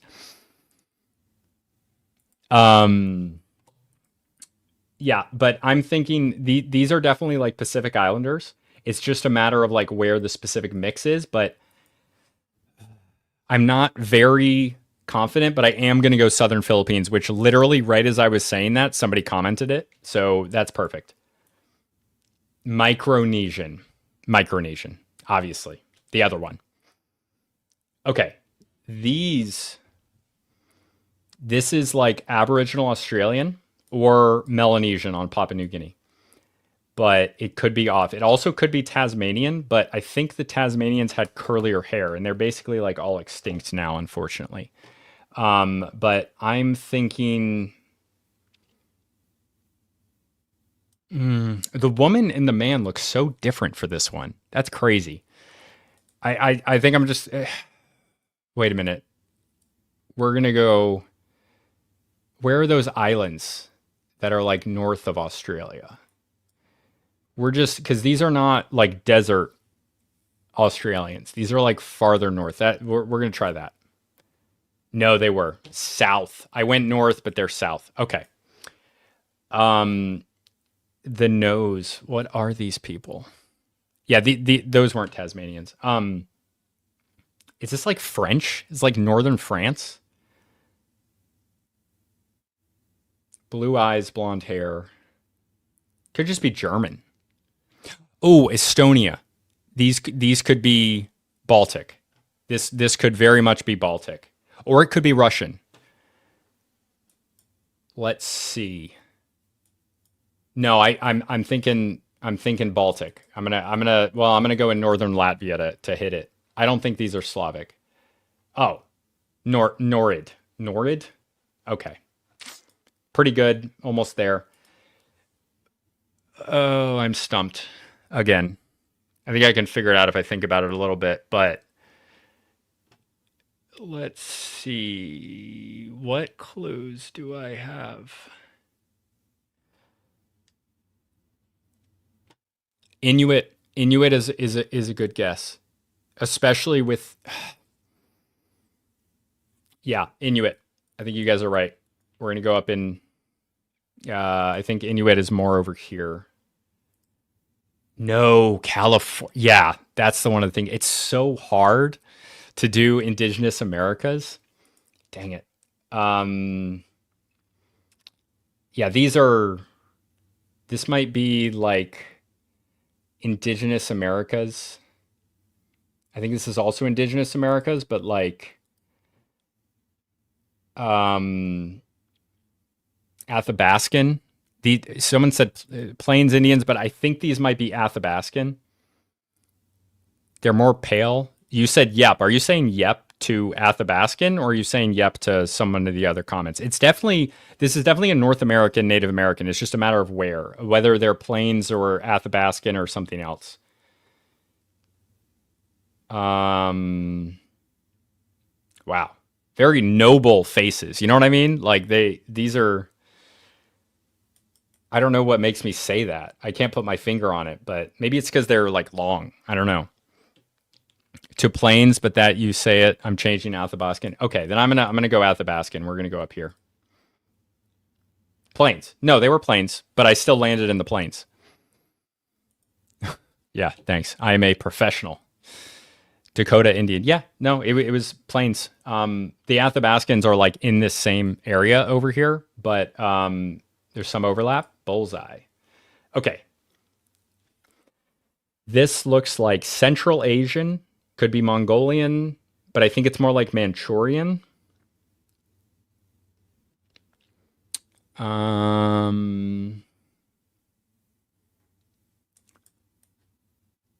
It's probably like some random group that like I don't even know the name of. Oh, Inuit. That was Inuit. No, dude. No. 16 points. That brought down the number so much. Wow, these are like the same noble-ish plains face, but like darker. I'm thinking this could be Pueblans. These aren't Japanese. No, the Japanese. Actually, the guy's face looks quite Japanese, but it would be more of a epicantic. I don't remember the word for it. Fold. Wait, someone said Argentina. It could be Argentinian. I might be going on the wrong side of the equator. Now I'm second guessing myself.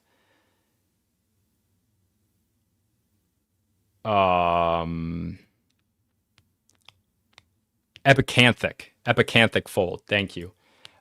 This guy looks, man. No, I think you guys are right. I think it's like Peru. Let's go Peru. Yes. Thank you. Thank you. Okay. Classic Bantu. It's just a matter of what kind. So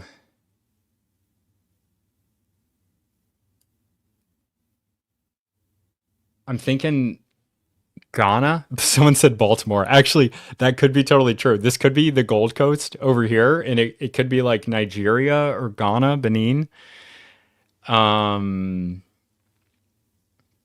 Bantu is so broad, right? So we have to like narrow it down, and you can sometimes do that based on the admixture of like where they are. So like closer to Ethiopia, they're going to have more Caucasian admixture, and then closer to the west, they could also have Ethiopian admixture from the west because there's the West Ethiopians, Ethiopiid rather.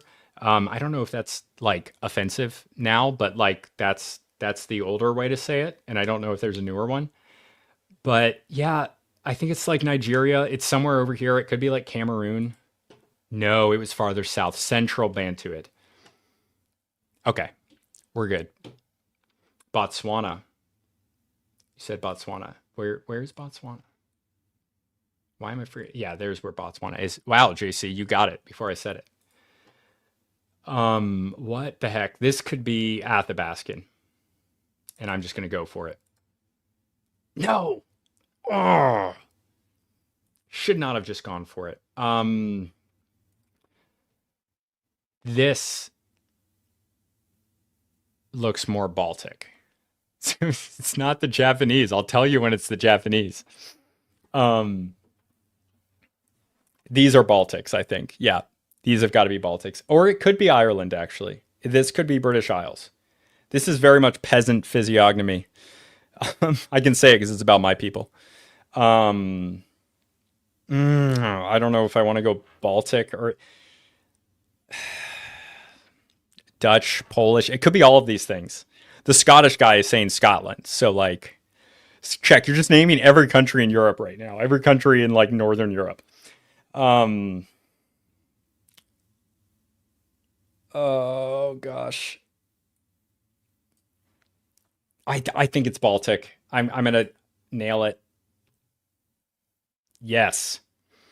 Yes. Some emphasize resemblance with Cro-Magnons. Yeah.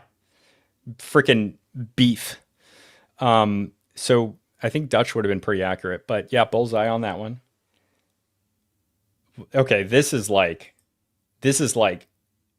Baltic or like Swedish. This is like Nordic.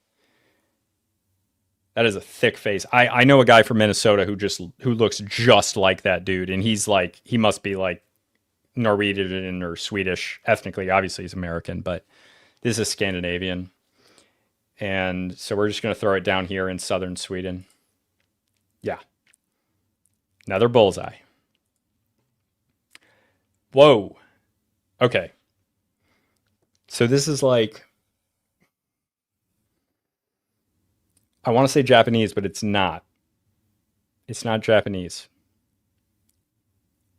It's not East Asian. It's not Korean. Or it is East Asian, but like, man, it's Japanese. I think it's Japanese. I think it's Southern Japanese.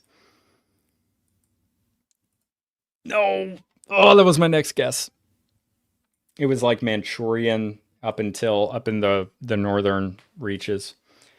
Okay, this is somewhere in India. I'm thinking Bangladesh. When I say India, I really mean the subcontinent. We're gonna go Bangladesh. Lock it in. Bam, 5,000. Yes. This is Khoisan, so we're looking in Southern Africa. So I'm gonna look. Okay, sweet. This could be like Persian or Syrian. It's a little bit different over here. I'm gonna go like Western Iran. No, Egyptian. Oh no. Okay. This is, what the heck? What is this? There's Bantu in there, but it's not all Bantu. Someone said pygmy. Maybe. Cameroon. I think you could be right on Cameroon, or it could be farther south in the DRC, but I think this could be pygmy, but also the faces are too long. Lock it in. Yes, Cameroon. Yes, type of West African pygmies. I think that in the DRC, they're more of circular faces. Fantastic. I just had this awesome. Okay, we're gonna take a moment because I got to share this video. I'm gonna share just part of it, but I was just looking at some Cameroonian pygmy music, and this hopefully you guys will enjoy this. I think you will. Sorry. Here we go. It's a bamboo flute playing only one note. So this is a Cameroonian musician. Oops. I'm showing the tab, right? Yep. This is Francis Bebe. Yes. Yes, it is. Am I pronouncing that right? Francis Bebe? This guy is a legend. And he's going to show this Cameroonian pygmy flute. He does that. Isn't that insane? Like, am I alone in this? But just absolutely wonderful. What a wonderful man. Unfortunately, he's been passed away for over 2 decades. I just wish some modern musician would sample that and make it like you could use that for a beat, man. That'd be awesome. I have no musical talent, but yeah, we'll go back to EthnoGuessr. Okay. So these are the people right here that produce that music. Okay. This is Khoisan. Yep. Okay. This is, gosh. What do you guys think on this one?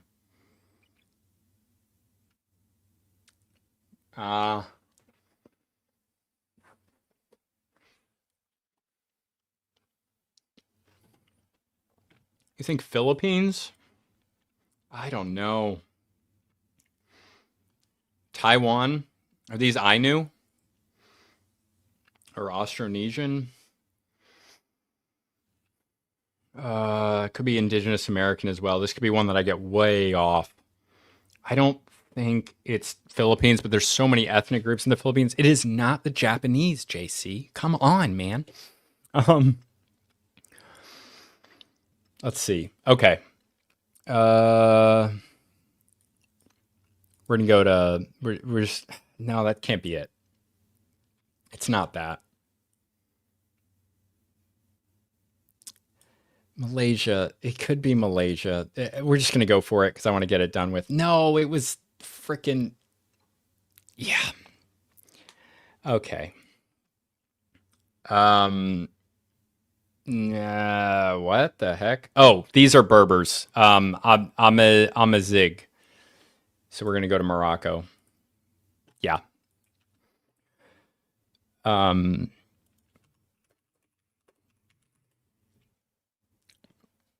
These people, Bangladeshi or Tamil. I guess Bangladesh. Yep. Bang.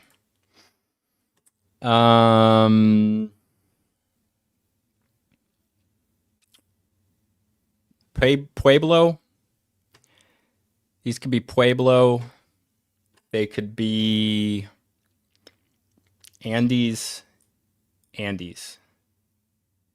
Where are the Andes? Let's do it. No. Choco Motilon. These are... This is like Persian, I think. Yeah. Oh, no, Assyrian, but it's the same place. Assyrian? These... I feel like Assyrians look way more European than that, but this is Russian. I think. Russian, or like Finnish. I think this is Finnish. No. Latagan? Or whatever. I still got it. This is Nilotic. Nilotic, I think. Very dark. So we're going to go to like the northern bit of South Sudan. Bam. Look at that. Oh my gosh. Oh my gosh. People are leaving. Most people don't like this. All the people that weren't commenting are just leaving. But this is Malaysian or Indonesian, I think. Oh, Vietnamese. I always get that one wrong. This is like Kalahari. How am I that good at this? Dude, I just read ethnographies. I don't know. Oh, Mark Martinez. I know you. What's up, brother? How you doing? We're going to go back to Michael Button in a minute here, but yeah, this is like, maybe Chad. See, because they have Caucasian features. They're obviously very dark, but they have Caucasian features. Some Caucasian features. Oh, I want to say, these could be Maasai. Where are the Maasai? What country are the Maasai from? Kenya? Someone just said Maasai right after I said it. Yeah, these are Maasai, I think. That's why they're close to Ethiopia. They don't have as much of the... Yeah, we're going to go Kenya. Omotic. Yeah. I mean, this is hard to... Most people don't think about ethnicities like this. It's just because I love anthropology so much. And most people... Like, a lot of people think that this is like unsavory to people, but like, I don't... You know, people, they watch me talk for hours. They know I have no hate in my heart for these people. This is just, you know, it's about, this is like, I don't know why, you know, the libs are always talking about celebrating diversity, and I'm out here celebrating diversity and they're mad. No, it wouldn't be Jamaica, because Jamaican people are like descended from wherever, but they're descended from like the Gold Coast, like over here. But this could be like Mali, because their skin is not as dark. West Africa, slightly north. I think you're right. I think Nigeria is it, but it's like northern Nigeria. Like there's a little bit of, there's like some, there's some admixture. Liberia, I don't think they would. Oh no, it's farther south. So, but yeah, Nigeria. Okay, let's see here. This is like Cameroon, I think. Or it could be like Gabon. Oh, or Angola. I'm going to go like northern Angola. No. Bobo? Sudanid? Ugh. This is Philippines. Or it could be Indonesia. I'm going to go Philippines. Dang it. Oh. That's Peruvian. I don't know if that's true, but we'll see. No, Colombian, a little bit farther north. This is like Pakistani. I think close to Punjab. Oh, what is that? No. Southern India, what? Oh, oh no. Last one. Holy crap, look at this meathead. Is there a place on the map for school bullies? What the heck? It's Nordic. It's some sort of Nordic. But it's like Northern Nordic. I think like Northern Norway. Brock Lesnar, absolutely. I'm gonna put it like here because I don't think they're Sami. Let's do it. Finland.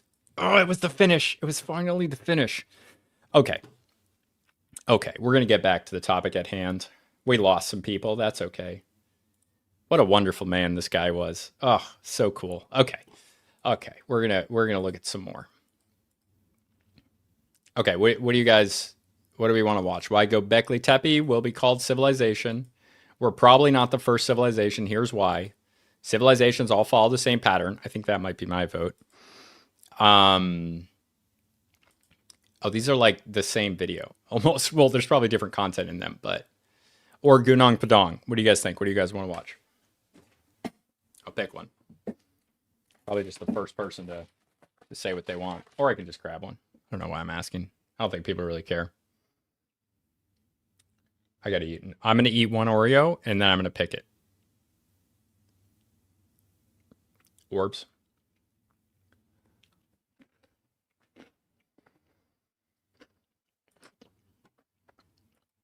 And JC has it. Let me just drop a timestamp in.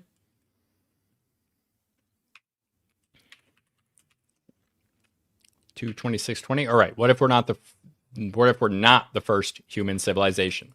I'm about to share something with you that absolutely blows my mind. And by the end of this video, you'll realize that our civilization may not have been the first, and why it's arguably more likely that civilization has risen and fallen before. Hi guys, welcome back. If you're new here, my name is Michael. I have a degree in ancient history, and on this channel we discuss the unexplainable mysteries of our past. Let's get into it.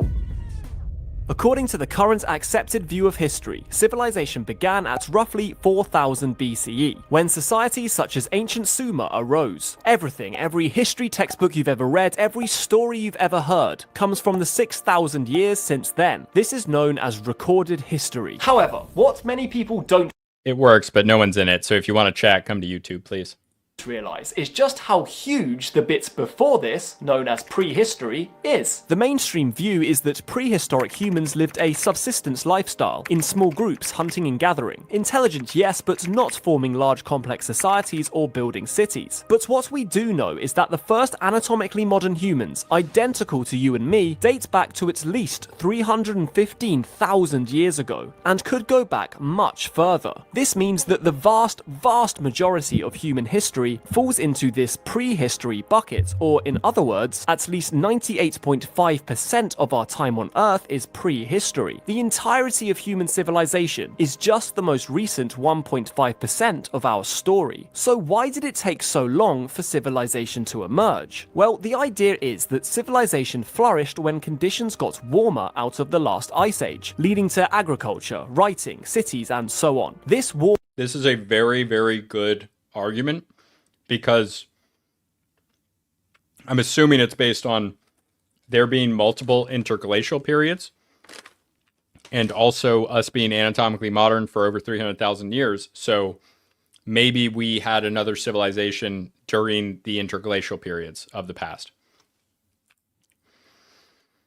warmer period is what allowed humanity to develop. However, these warm conditions that we live in today are not unique in the human story. No, they've happened before. The previous interglacial warming period, known as the Eemian period, was 130 to 115,000 years ago. This period was longer than the current warm period, known as the Holocene, has been so far. Now, considering modern humans had already been around for at least 175,000 years by the start of the Eemian, why couldn't civilization have flourished then as it has now? The conditions were optimal. It's lasted more than enough time, we'd been around for hundreds of thousands of years already, and according to the mainstream view, it is a warmer climate that led to civilization developing. So is it really so absurd to think it could have happened then as well? And so, like, dude, I don't even know what would still be around from 130,000 years ago if there was. I mean, actually, that's not true. I know there are some things that would survive, but it's like I think we have tools from like 1 million years ago, but they're like, it's like flint. I think, I don't know. I mean, it would be humans in a completely different type of development. So we don't know anything about what materials they would use. So like, we don't even know if the materials that they used would be able to survive. I don't know. Well as now. But that's the thing. I don't know. You can't really say either way. Yeah, flint is a tool. Absolutely. What's interesting is that if human civilization had developed during this previous warm period, we would likely see little to no trace of it. Scientific studies show that if our civilization ended tomorrow, practically all our creations would be gone within a mere 10,000 years. All that would remain would be stone constructions, Mount Rushmore for example, or ironically, the pyramids. But if we go up to 100,000 years, it's likely there would be virtually no trace. There's few artifacts that date back this far. The only ones that do are a few stone tools, stone being the only likely thing to survive. Sweet. Maybe we'd leave levels. It's just like, he just says what I say. It's awesome. I say things and then he says them. And I don't even know why I'm reacting to this, because he just says the stuff I'm going to say. Of plutonium in the atmosphere due to nuclear weapons, but if we were to disappear tomorrow, there'd be scant evidence in 100,000 years. So unless a civilization in the Emean period was testing nuclear weapons, then it's unlikely we would see any evidence they existed. And even if they had been doing crazy stuff like that, would we even be looking for it? Even if there was some stuff left behind. I have not looked into the Dafuna canoe from Lake Chad. That's 8,000 years old and 28 feet long, but that is very cool, and I would like to. I'm going to write that down. Over 80% of Earth's landmass is covered by jungle, ocean, or desert, making it impossible to excavate, and only a tiny percentage of the archaeological record has been uncovered. Sea levels have changed dramatically. Entire coastlines where humans would have logically settled are underwater. And all this is without mentioning the cataclysmic history of the Earth, which has reshaped the planet profoundly while humans have been Oh, hey, please like the video, or don't, I'm not your dad, but please. here. There's plenty of evidence of comet impacts and volcanoes that have dramatically impacted Earth while humans were around. These events had the power to both wipe out human civilization and destroy all trace they could have left behind. In fact, we know cataclysms have reduced human population down to tiny numbers before. The Mount Toba eruption, occurring only about 74,000 years ago, is believed to have wiped out the vast majority of our species, reducing numbers down to as few as 10,000 individuals. So we know modern humans as intelligent as us have been around for at least 315,000 years. We also know that we only have any record of about 1% of this history. We know all trace of our own civilization would disappear within 10 to 20,000 years, a tiny fraction of the amount of time we've been on Earth. We know that our civilization developed because things got warmer. So is it really so absurd to think that this could have happened before during the previous warmer periods? It's certainly possible, but even with the huge time gap, surely we'd see some evidence, something, anything, an echo of this lost past. Well, maybe we do.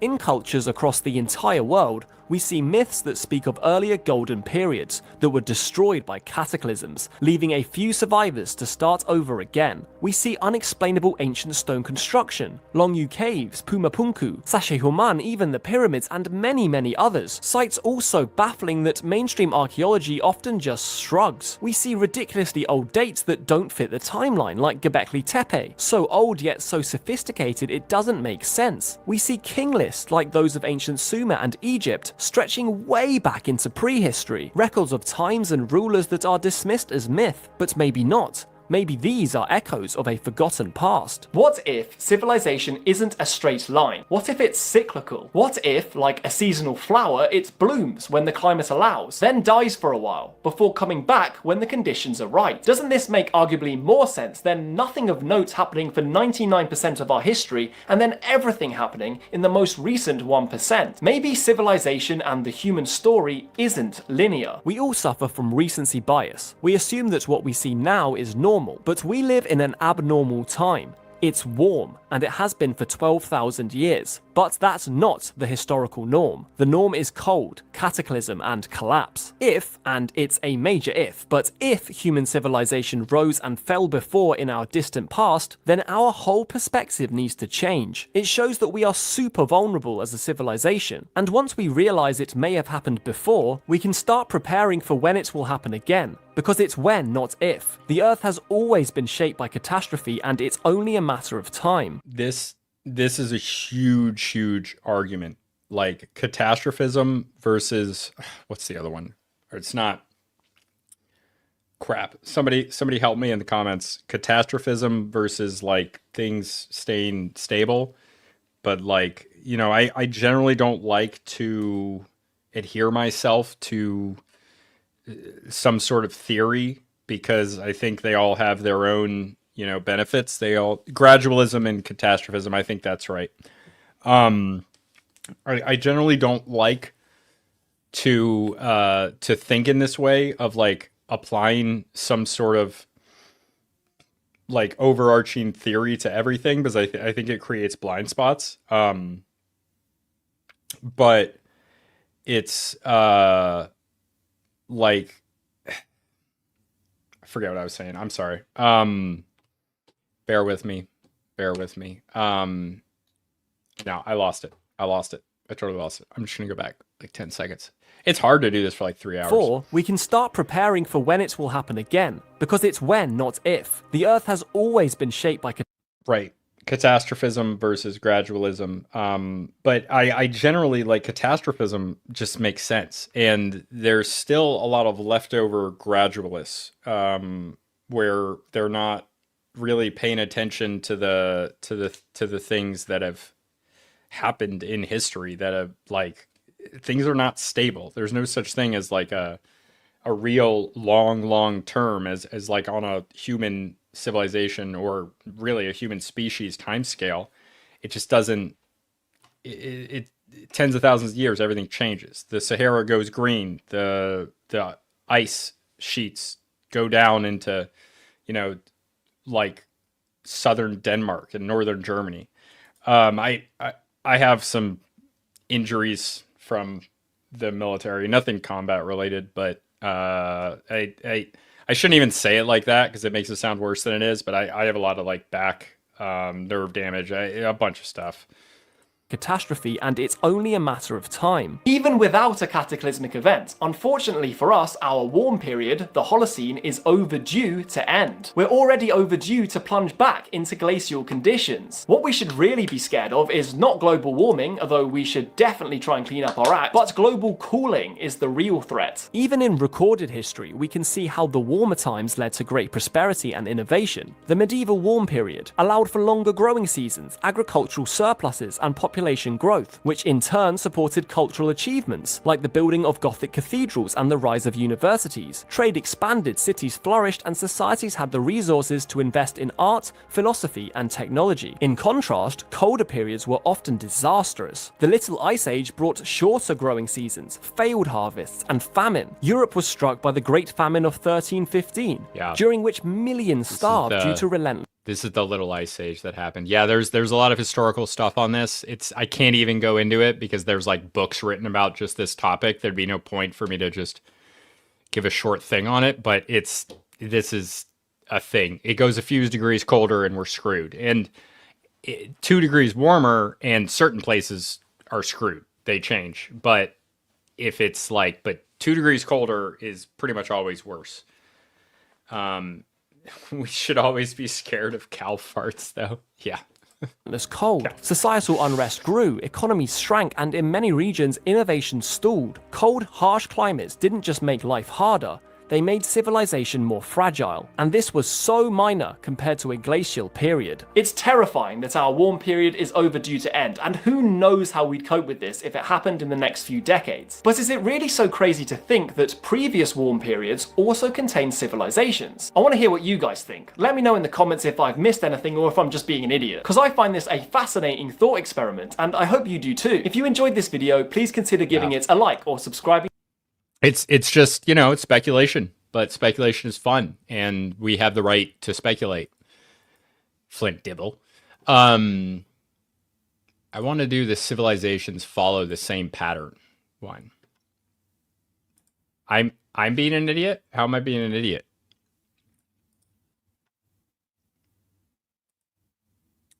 Ever been around one? A cow fart? I live right next to cows. Oh. All right. Civilizations all follow the same pattern. I want to see what pattern he's talking about. I don't want to do the cognitive revolution just because it steps out of archaeology and cultural anthropology, unless people really want to see it. And then we'll do it. But I'm going to do this one first. That's what historians Will and Ariel Durant believed. They spent decades studying the rise and fall of civilizations, and their conclusion... Wait, did I share it? Yeah. History and empires follow predictable patterns. The Durants were a husband and wife team who dedicated their lives to understanding the grand story of human history. In 1968, they wrote The Lessons of History, a book that distills centuries of historical patterns that echo through time. One of their most fascinating arguments is that all civilizations follow the same predictable stages: birth, growth, maturity, decline, and collapse. And it's not just random, it's driven by recurring forces like human nature, power, and economics. So what are these stages? Well, let's start. Yeah, we're gonna hear that again. Decline and collapse. And it's not just random, it's driven by recurring forces like human nature, power, and economics. So what are these stages? Well, let's start at the beginning. Stage 1. Birth.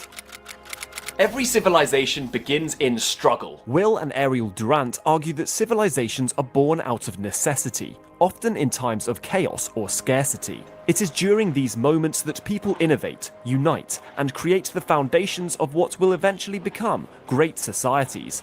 They write, "Man, not the earth, makes civilization." The birth of a civilization is fundamentally about solving problems. Groups of people face challenges, and those who find the best solutions see their societies grow and succeed. The first challenge civilizations face is survival. Threats from neighboring groups or hostile environments force communities to organize and innovate to protect themselves. For example, Rome's early days were defined by its need to defend against external threats.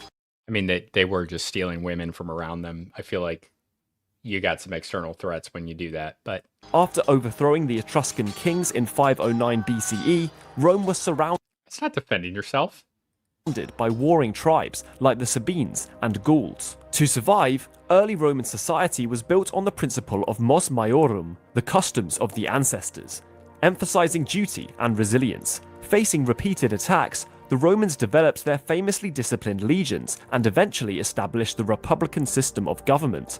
Yeah, so like if you have a bunch of people in one area and then a certain group of people comes up with solutions or culture is so broad, but like you have rules that you live by, and then those rules then for whatever reason, because it's specific to every individual thing, they make your people better at solving problems in that area. You're better at getting food, you're stronger, you have technological improvements, you might have certain warfare tactics, you might be growing the right crops that are more efficient, which give you a larger food surplus, which allow more people to live.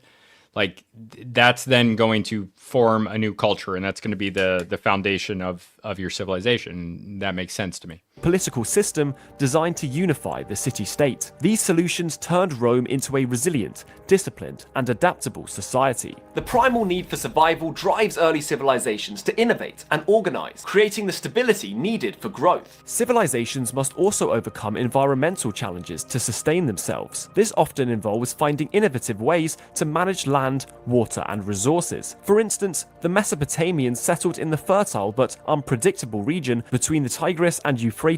This forced them to develop advanced irrigation systems to control floods and ensure consistent agriculture, giving rise to huge cities like Uruk and Babylon. The Mayans thrived in the nutrient-poor lands of the Yucatan Peninsula by creating terrace fields and reservoirs. These innovations allowed them to sustain their growing population and establish powerful city-states like Tikal. And China's early civilizations tamed the Yellow River, building dikes and canals to prevent devastating floods. These efforts enabled agricultural surpluses, which supported the rise of centralized states during the Shang and Zhou dynasties. The ability to master the environment. It's not zoo, it's like Zhou or something. It's pronounced weird.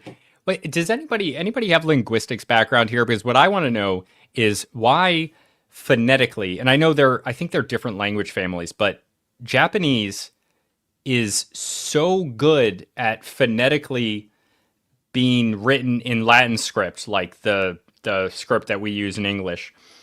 Japanese is like very good phonetically, and then Chinese is so difficult. I guess Chinese is a tonal language. That's probably why, but regardless, maybe someone has more insight on that. Is essential for early civilizations. Shared beliefs and values are also critical for uniting disparate groups. Myths, religions, and ideologies provide the cohesion needed to create a collective identity. The Durant note, religion gives people a meaning for their existence and a means for survival. Rome's founding myth of Romulus and Remus gave the Roman people a sense of divine destiny, uniting them under a shared identity. Yeah, so these origin stories are going to form the foundation of the culture. Everybody has these. Like one that I talk about a lot is the Illegitimate of Papua New Guinea. They have their cassowary origin story, and it's similar in there's similar versions of the story in the other villages around the Illegitimate. But these are going to be very important for the culture and how these are the cosmologies of the people of the culture, Beowulf and stuff like that for other cultures. Identity. The mandate of heaven in early China provided a moral and spiritual justification for centralized authority, creating unity around the idea that rulers were divinely chosen to maintain order. And Islam united the Arabian Peninsula under a single religious and cultural framework, giving the early caliphate the ideological strength to survive and expand. Yeah, and also, like, Islam unites, like, Arabia, and more than just Arabia, but Arabia originally. And that allows trade to flourish, because when everyone's Muslim, they're, like, Islam forever, for most of Islamic history, was caliphates. They were caliphates. They were Islamic empires. And that makes it pretty safe to trade, and that's what a lot of them did. So it was like a war zone before, and then Islam comes in, and they have this new a technology of their political structure and their religious structure, and what those rules, how that changes people's behavior, and that allowed Islam to flourish and start taking over lands and everything. Shared beliefs transform separated, isolated tribes into cohesive societies, capable of working together to face greater challenges. And sometimes this is through warfare, sometimes it's through cooperation. Therefore, the birth of a civilization is a story of struggle, adaptation, and ingenuity. By overcoming external threats, mastering their... Yeah, but they collapsed. So there's an argument here. The Islamic societies, they fought off so many Christian invasions, like all the Crusades and everything, Christian re-invasions, really, because it was a lot of Christian land before.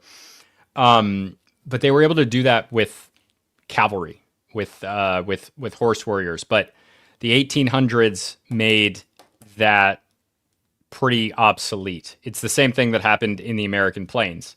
The American plains weren't conquered until the 6-shot repeater rifle lever action was created. And that was how they tamed the Comanche and the Apache, and broadly the plains. They couldn't do it before then because the fire rate of the braves, of the warriors, was so much better. And guys that, they weren't soldiers, right? This was their culture. They grew up in the saddle, and not even in the saddle. They didn't use saddles as far as I know. But in the 1800s, the Europeans come in, they have their new technology that changes the game. Because there's this new technology, this new innovation that allowed the Europeans to conquer the Islamic societies. So yes, good point to bring that up. They didn't really collapse. They did collapse, but in the face of the invasion of the new technology from the culture that created these new innovations. their environments, uniting through shared beliefs, and innovating for survival, these early societies laid the groundwork for greatness. The success achieved during this phase set civilizations on a path towards growth. As stability is achieved and resources accumulate, necessity transforms into ambition. The struggle for survival gives way to the desire for expansion, marking the transition to the next stage of the cycle. Stage 2. Growth. After emerging from struggle, empires begin to grow. Will and Ariel Durant argue that growth is driven by necessity and ambition, with civilizations expanding to secure resources, spread their ideas, and assert their dominance. As Machiavelli observed, yes, they did. The horse originally developed in North America, and then they went extinct in North America in the Great Megafauna extinction, and then they were brought back.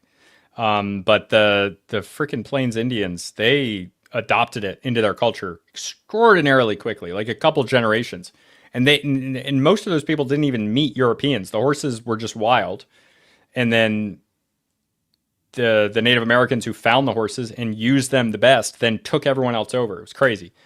Yeah, and there were camels and wolves and big sloths and mastodons and a bunch of other stuff, and they're all gone. And who knows why? Archaeology does not give us the answers for that. And that's a big reason why I'm like, what the heck? ambition is so powerful a passion that, however high we reach, we are never satisfied. The pursuit of wealth and resources is a primary driver of growth. Civilizations expand to secure fertile lands, trade routes, and valuable commodities. For example, Rome's victories in the Punic Wars secured Sicily's grain, Spain's silver, and the Mediterranean trade routes, transforming it into an empire. The Han Dynasty in China saw growth by expanding westward to dominate the Silk Road, ensuring a steady flow of luxury goods. Yeah, and the Silk Road, like, I think that started with the Xiongnu? No, I forgot the name of the people. And strongly reinforcing their economic power. And the British Empire's colonial expansion fueled its industrial growth, using resources and markets in India and the Americas. Economic expansion creates prosperity, funding infrastructure, armies, and cultural achievements, which in turn allows for more economic expansion. This is a key factor in a civilization's growth. But civilizations also grow to spread their values, often framing expansion as a moral or spiritual mission. Plutarch said of the first evidence we have of horses was that they were eaten. Alexander the Great, he sought not to conquer the world, but to unite it under a single culture. Other examples include Spain's conquest in the Americas and Portugal's in the Far East, which were driven by a desire to spread Christianity. This ideological drive leaves lasting legacies, embedding cultural and religious values into conquered regions. However, expansion is also a defensive measure.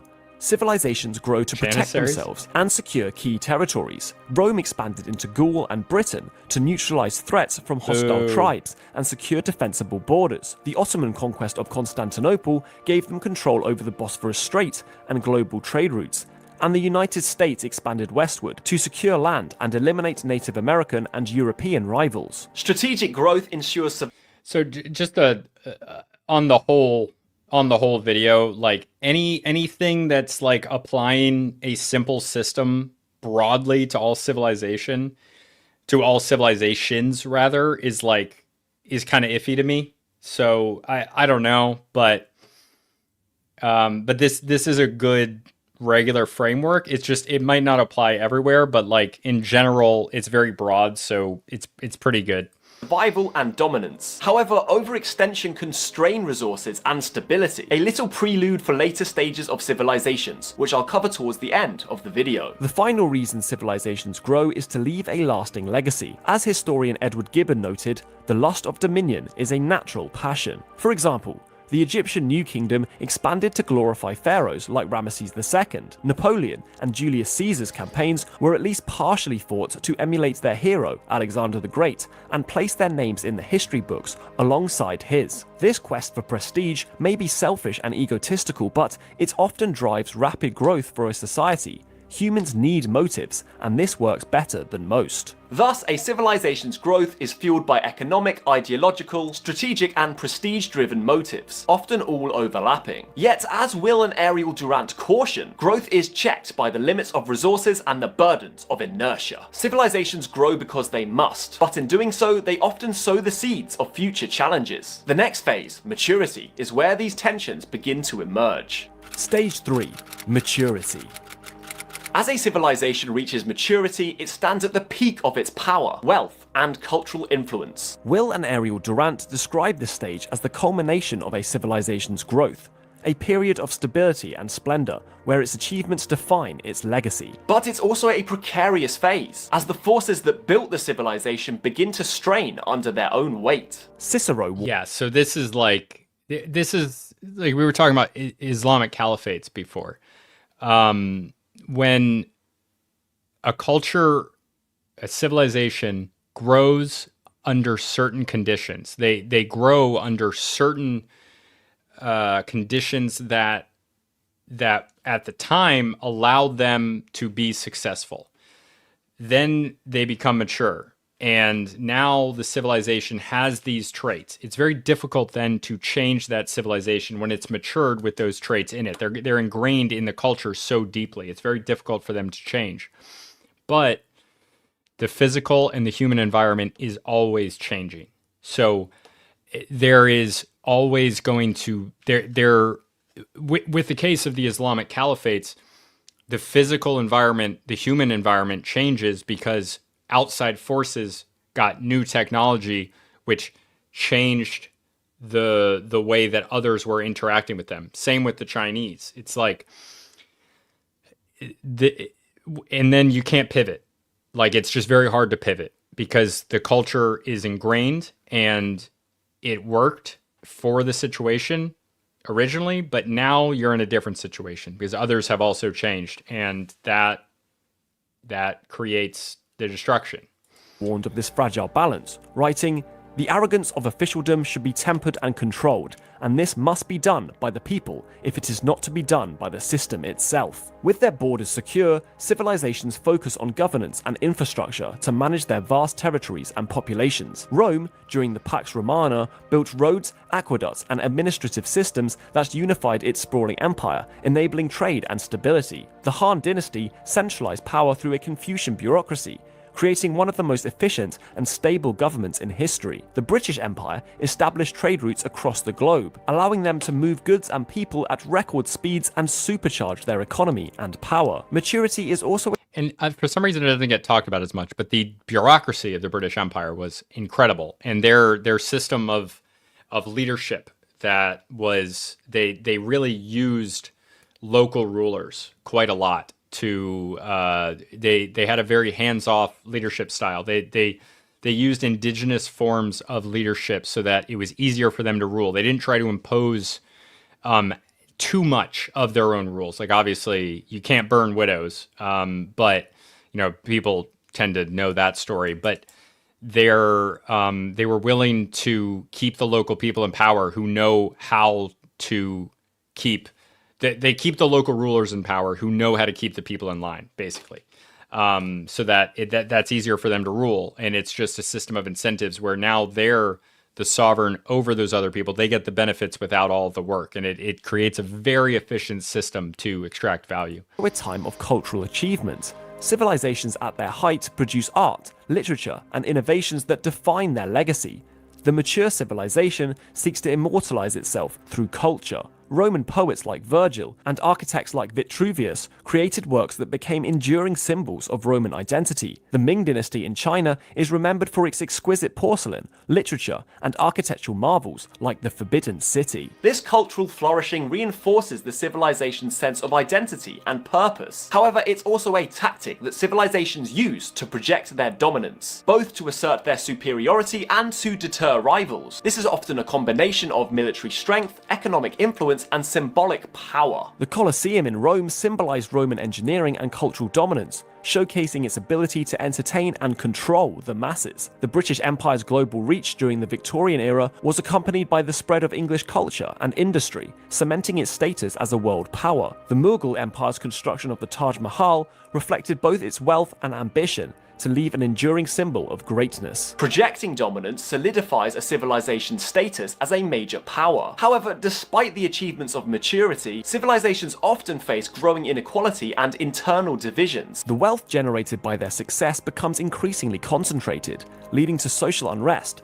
As the Durrants warn, wealth is the product of labor, but it is the privilege of this part, I don't know if that always applies. Wisdom to distribute it wisely. In 18th century France, the stark contrast between the opulence of Versailles and the poverty of the peasantry laid the groundwork for the French Revolution. As inequality grows, the social contract begins to break down, setting the stage for decline. So, maturity is the height of a civilization's power, but the maturity phase is a paradox. It represents a civilization at its most impressive, yet it also marks the beginning of decline. Success leads to complacency, and complacency breeds stagnation. The Durrants warn a great civilization is not conquered from without until it has destroyed itself from within. The wealth and power that once fueled expansion now foster decadence and corruption, weakening the foundations that made the civilization great. This stage is where civilizations are most vulnerable, not because they lack strength, but because they believe their strength is unassailable. As they bask in their accomplishments, they often fail to adapt to new challenges. The transition from growth to decline is slow and subtle, but it begins here, in the very height of their power. The next stage, decline, is where the forces of erosion become impossible to ignore.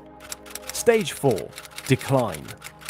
After a civilization reaches its height, the forces that once drove its growth begin to falter. Will and Ariel Durant argue that decline is an inevitable phase in the cycle of civilizations. Yeah, this is who's the artist that did this? Thomas Cole, famous series of paintings, which is beautiful. A period where internal one of the best American artists. Weaknesses and external pressures begin to unravel the structures that held society together. As Edward Gibbon famously wrote in The Decline and Fall of the Roman Empire, the decline of Rome was the natural and inevitable effect of immoderate greatness.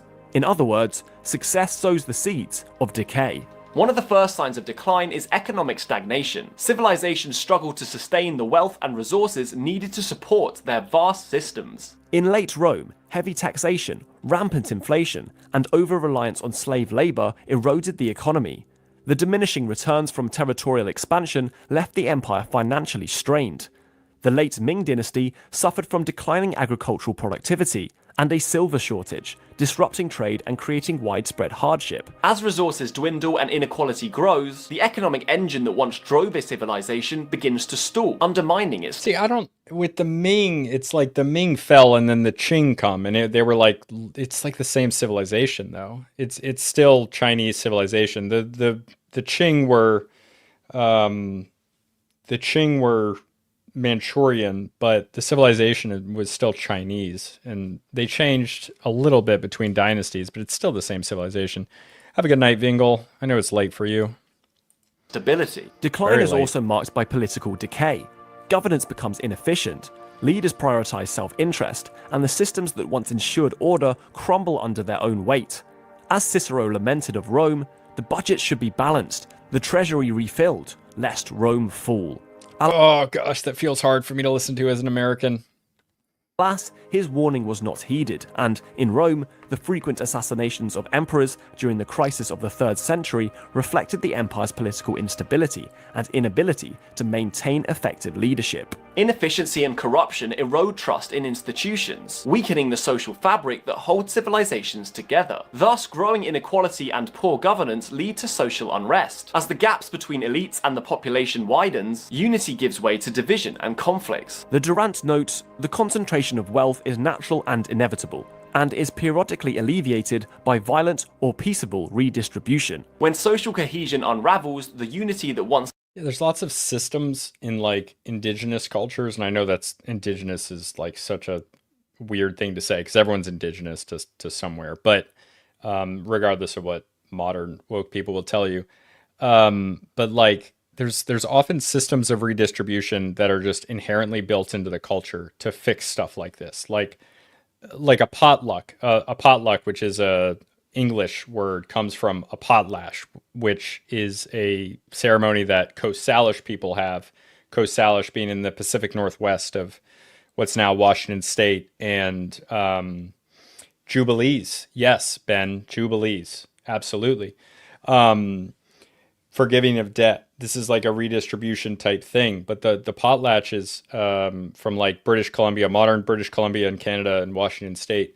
They have these potlatches where people give away their accumulated wealth. And it's a encouraged custom in the culture so that nobody gets too much. And so you can't be all jealous, and witchcraft comes in. It's a whole thing. I could spend like 3 hours talking about it. Sustained a civilization is replaced by division, paving the way for its downfall. Therefore, as internal weaknesses grow, civilizations become vulnerable to external threats. Once strong enough to conquer all lands and repel all invasions, they now struggle to defend their vast borders. No. I'm not promoting communism here. That's not what I'm promoting.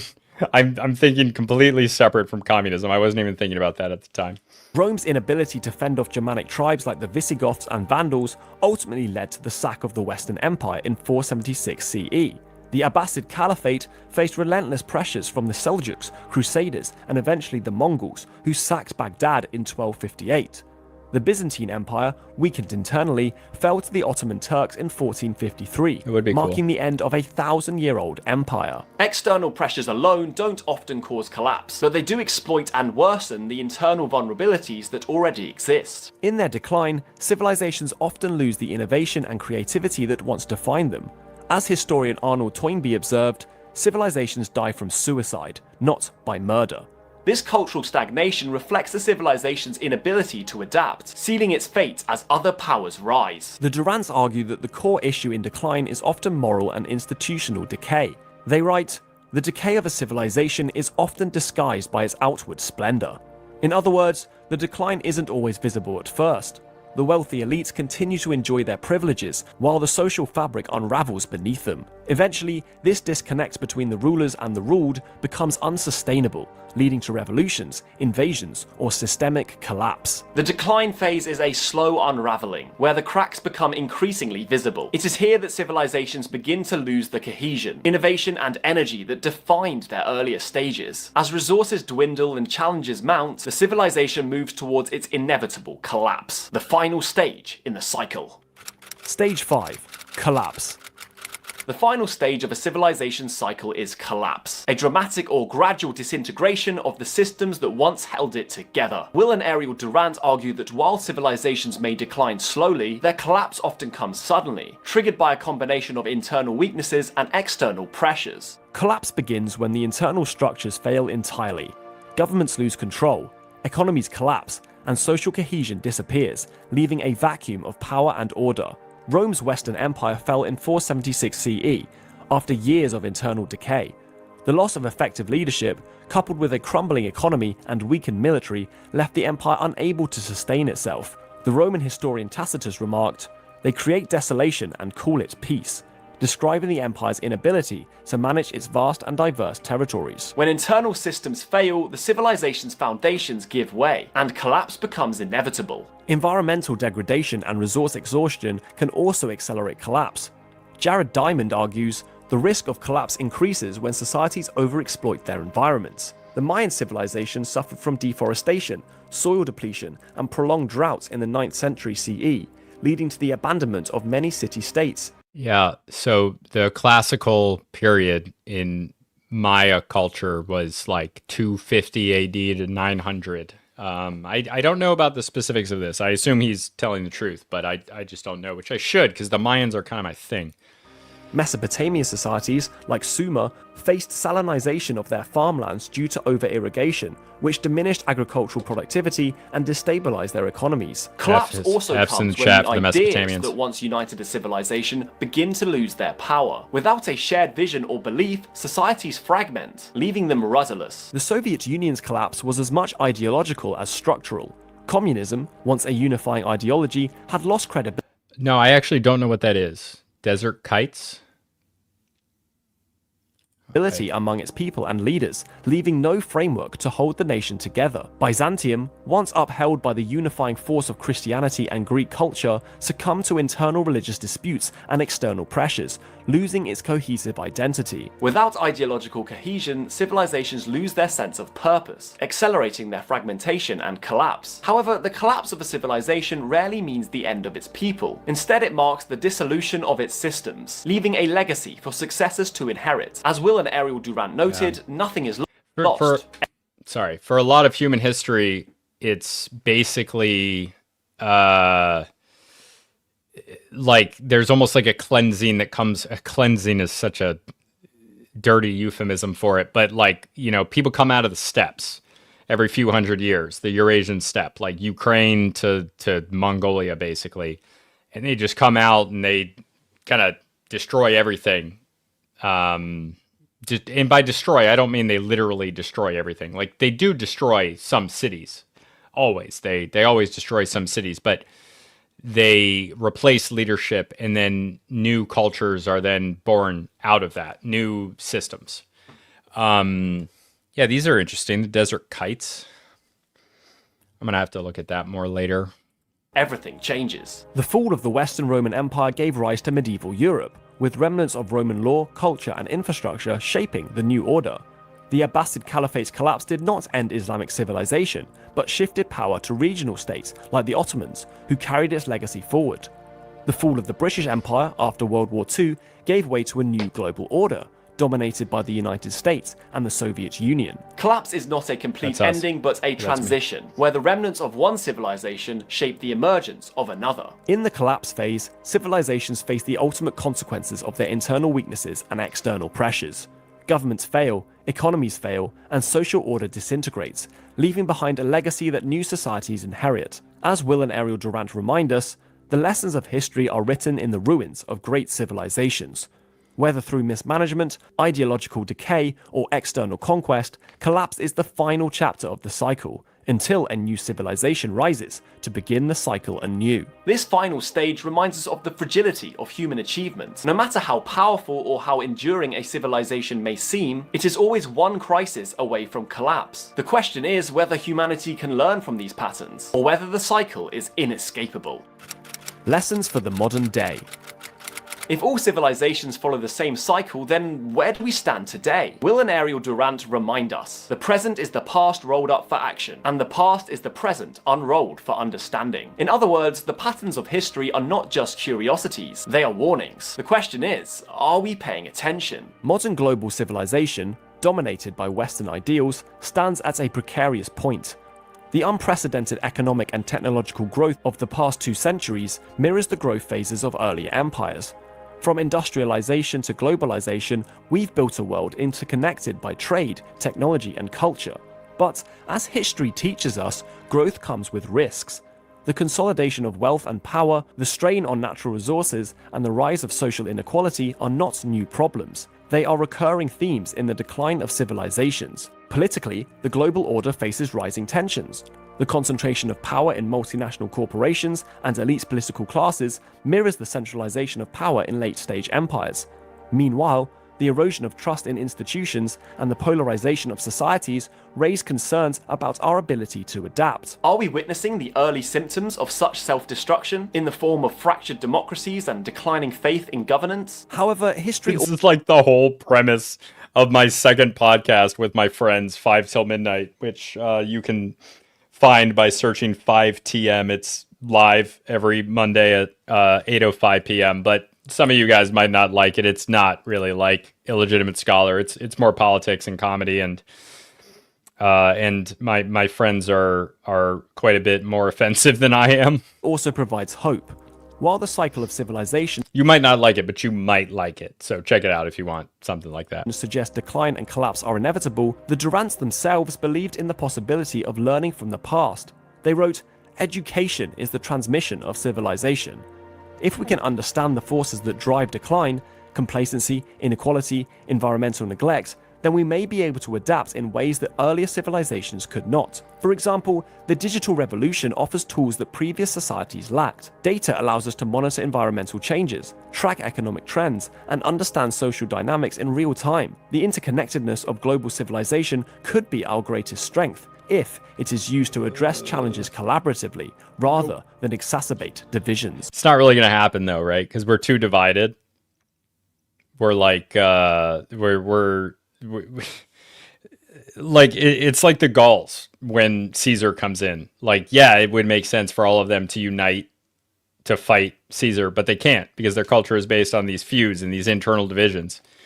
And like, maybe, and so I don't think that the interconnectedness of the world is our strength. It's more like a Bronze Age thing where, you know, it's a very precarious, complex, interconnected system. Thank you. Appreciate that, Elijah. Oh, I know you. I met you in Arizona, right? Yeah, it was nice to meet you. People can always overcome collapse if they can maintain their identity. Yeah, but like also in the face of new challenges, in the face of like new issues, new like human forces that you come up against, it's your old identity might not work. Like you have the Meiji Restoration in Japan. Like they had to change their culture. They couldn't keep doing the shogun thing because it wasn't working. That's what let the Europeans come in and force their way in with a gunboat. So they had to change. So their identity changed inevitably because of that. And they ended up taking over most of Asia, basically, but they lost their old culture. They had to. Yes, 5TM on YouTube. But again, it is different than this. It is different. But yeah, great to hear from you again, Elijah. Lack of strong leaders to rally people. Yeah, you know, freaking strong men create good times. Good times create weak men create hard times create strong men, that whole cliche. The lessons of history are clear. Civilizations fall when they fail to address the challenges that they themselves create. Whether it's mismanagement, inequality, or moral decay, these are not new problems. They're ancient ones, in modern clothing. But the difference is that today we have the tools, the knowledge, and the historical understanding to act before it's too late. So are we doomed to follow the same cycle? That, as the Durants might say, depends on whether we're willing to confront our own flaws and learn the hard truths of history. Because as George Santayana famously warned, those who cannot remember the past are condemned to repeat it. So the choice is ours. Let me know what you think in the comments, and if you enjoyed this video, please consider subscribing to my channel. Sorry, still here. Freaking working with batteries. The AC power for this camera costs like $500. The Library of Alexandria was one of the most important collections of knowledge in the ancient... I also noticed he uses the same song in every video. All right. I'm actually going to go to bed because I'm exhausted. But before I do that, please feel free to ask any questions that you have, anything you want to know, or perhaps too many strong leaders. Yeah, I don't think that's a problem that we have, but it could be a problem. Maybe that was the problem in Rome when they kept off being the emperors. Do we have the historical understanding, though? Some people seem to know absolutely nothing about history. Yeah, I mean, it's always... History is always politicized. It's always biased. It has to be. So, I don't know. It's just about having the right historical understanding, concentrating on the right things. I think, like, from the fall of Rome up until 100 years ago, studying the classics was like the main thing, and now we just don't do it anymore. And there could be something to that is a problem for our civilization, because we're not understanding the root of what our civilization is. I think there might be something to that, but it's so abstract that it's hard to really say whether that's an issue or not.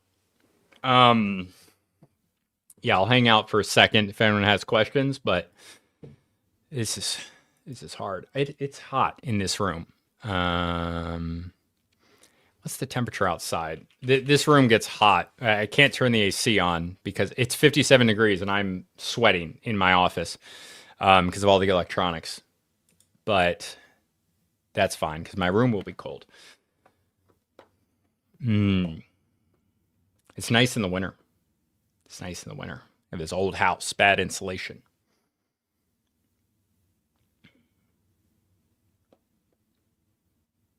question. Does pineapple belong on pizza? Absolutely it does. I don't know why everyone's fighting about this. Like pineapple being, cold and sweet, it mixes perfectly with the saltiness and the cheese and the savory. And oh my God, I love me some Hawaiian pizza with the ham and the pineapple. I don't know why everyone's so mad about it. Thoughts on the new Pope? I think it's very cool that we have an American Pope. That's about it. He seems pretty good. I like him. I like the new Pope. That's all I really have. I liked the African dude, Robert Sara. He seemed cool, but this one's American. So I'll take that. I'll take an American Pope. I would have preferred if he was of an Irish background, but he's like Italian, French, and Haitian. He's got a little bit of Haitian blood as well, which is cool. But yeah, pineapple on pizza is awesome. I had a pineapple Hawaiian. I had a ham and pineapple pizza last week, actually. I did. In New England, we have New England style or Greek style pizza. It's called Greek style, but it was developed in New England by Greek immigrants. That is my favorite.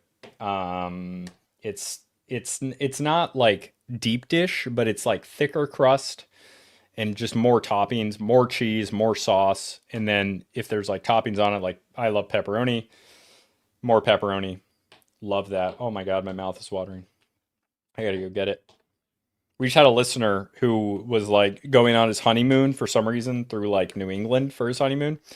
I wouldn't do that, but I'm from New England, so why would I? But he went to the pizza place. I went, no, okay. No. I know there's great pizza in Jersey. I got a bunch of family in Jersey. I've had the pizza in Jersey. The pizza's great in Jersey, okay? But you guys have great Italian, like New York style pizza in Jersey. But Connecticut, we have that pizza, and we have New Haven style pizza, and we have Greek style pizza. We have all of them. Connecticut is the best state for pizza. I will die on this hill. It's true. We have all of them. I'm not saying the pizza's not great in New York. I'm not saying it's not great in Jersey. It is. It's very good. But we have that pizza of the same quality, and we got the other ones too. So you can get the different ones.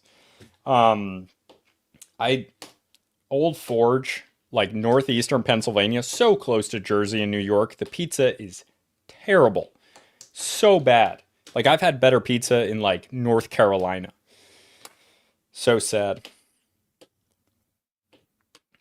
Oh, you know what I like? I like there's a lot of Albanian recent immigrants to Connecticut. And what's it called? Byrek.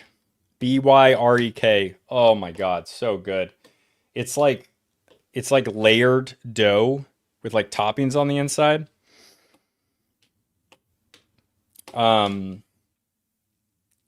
If you didn't live in Jersey, Connecticut's the only other state you live in. I could do South Jersey. My aunt lives in South Jersey. I could do that. Pretty much the only states I would live in would be Connecticut, Rhode Island, or Massachusetts, which is basically one state, or Jersey or Pennsylvania. That's like the only places I could live in. Or like upstate New York, but like not upstate New York, but like, a few hours outside of New York City. How can a state the size of a pimple on my ass have the best pizza? Because of our proximity. Because Connecticut is right next to New York. And we have New Haven, which developed its own pizza, which is very famous, one of the earliest kinds. And then we have our own style of pizza. But yes, it is a highway between New York and Boston. Detroit makes great pizza. I love Detroit style pizza as well. Detroit style, Greek style, like the Italian New York style is great. Yeah, I like Jersey. You guys like Scrapple? Anybody here like Scrapple, especially the Jersey person? I don't know if you're from that part of Jersey, but I love Scrapple. I once had a guy from Azerbaijan, Muslim guy. I made Scrapple for a bunch of people, including him. And And I made sure that he knew it was not, this is not halal. I was like, this is pork. It's not halal. I said it like 3 times to make sure. And he's like, oh yeah, in Azerbaijan, I eat halal, but this is America. And I was like, yes, yes. Oh yeah. You don't eat it now? I get scrapple when I go drive through Jersey, or, you know, outside of Philly and Pennsylvania, but I'm probably in Jersey more than I'm in that part of Pennsylvania. Yep, Detroit style pizza, man. So good. So good. Oh, you've been a vegetarian since 1999? Okay, well that, you can't eat scrapple.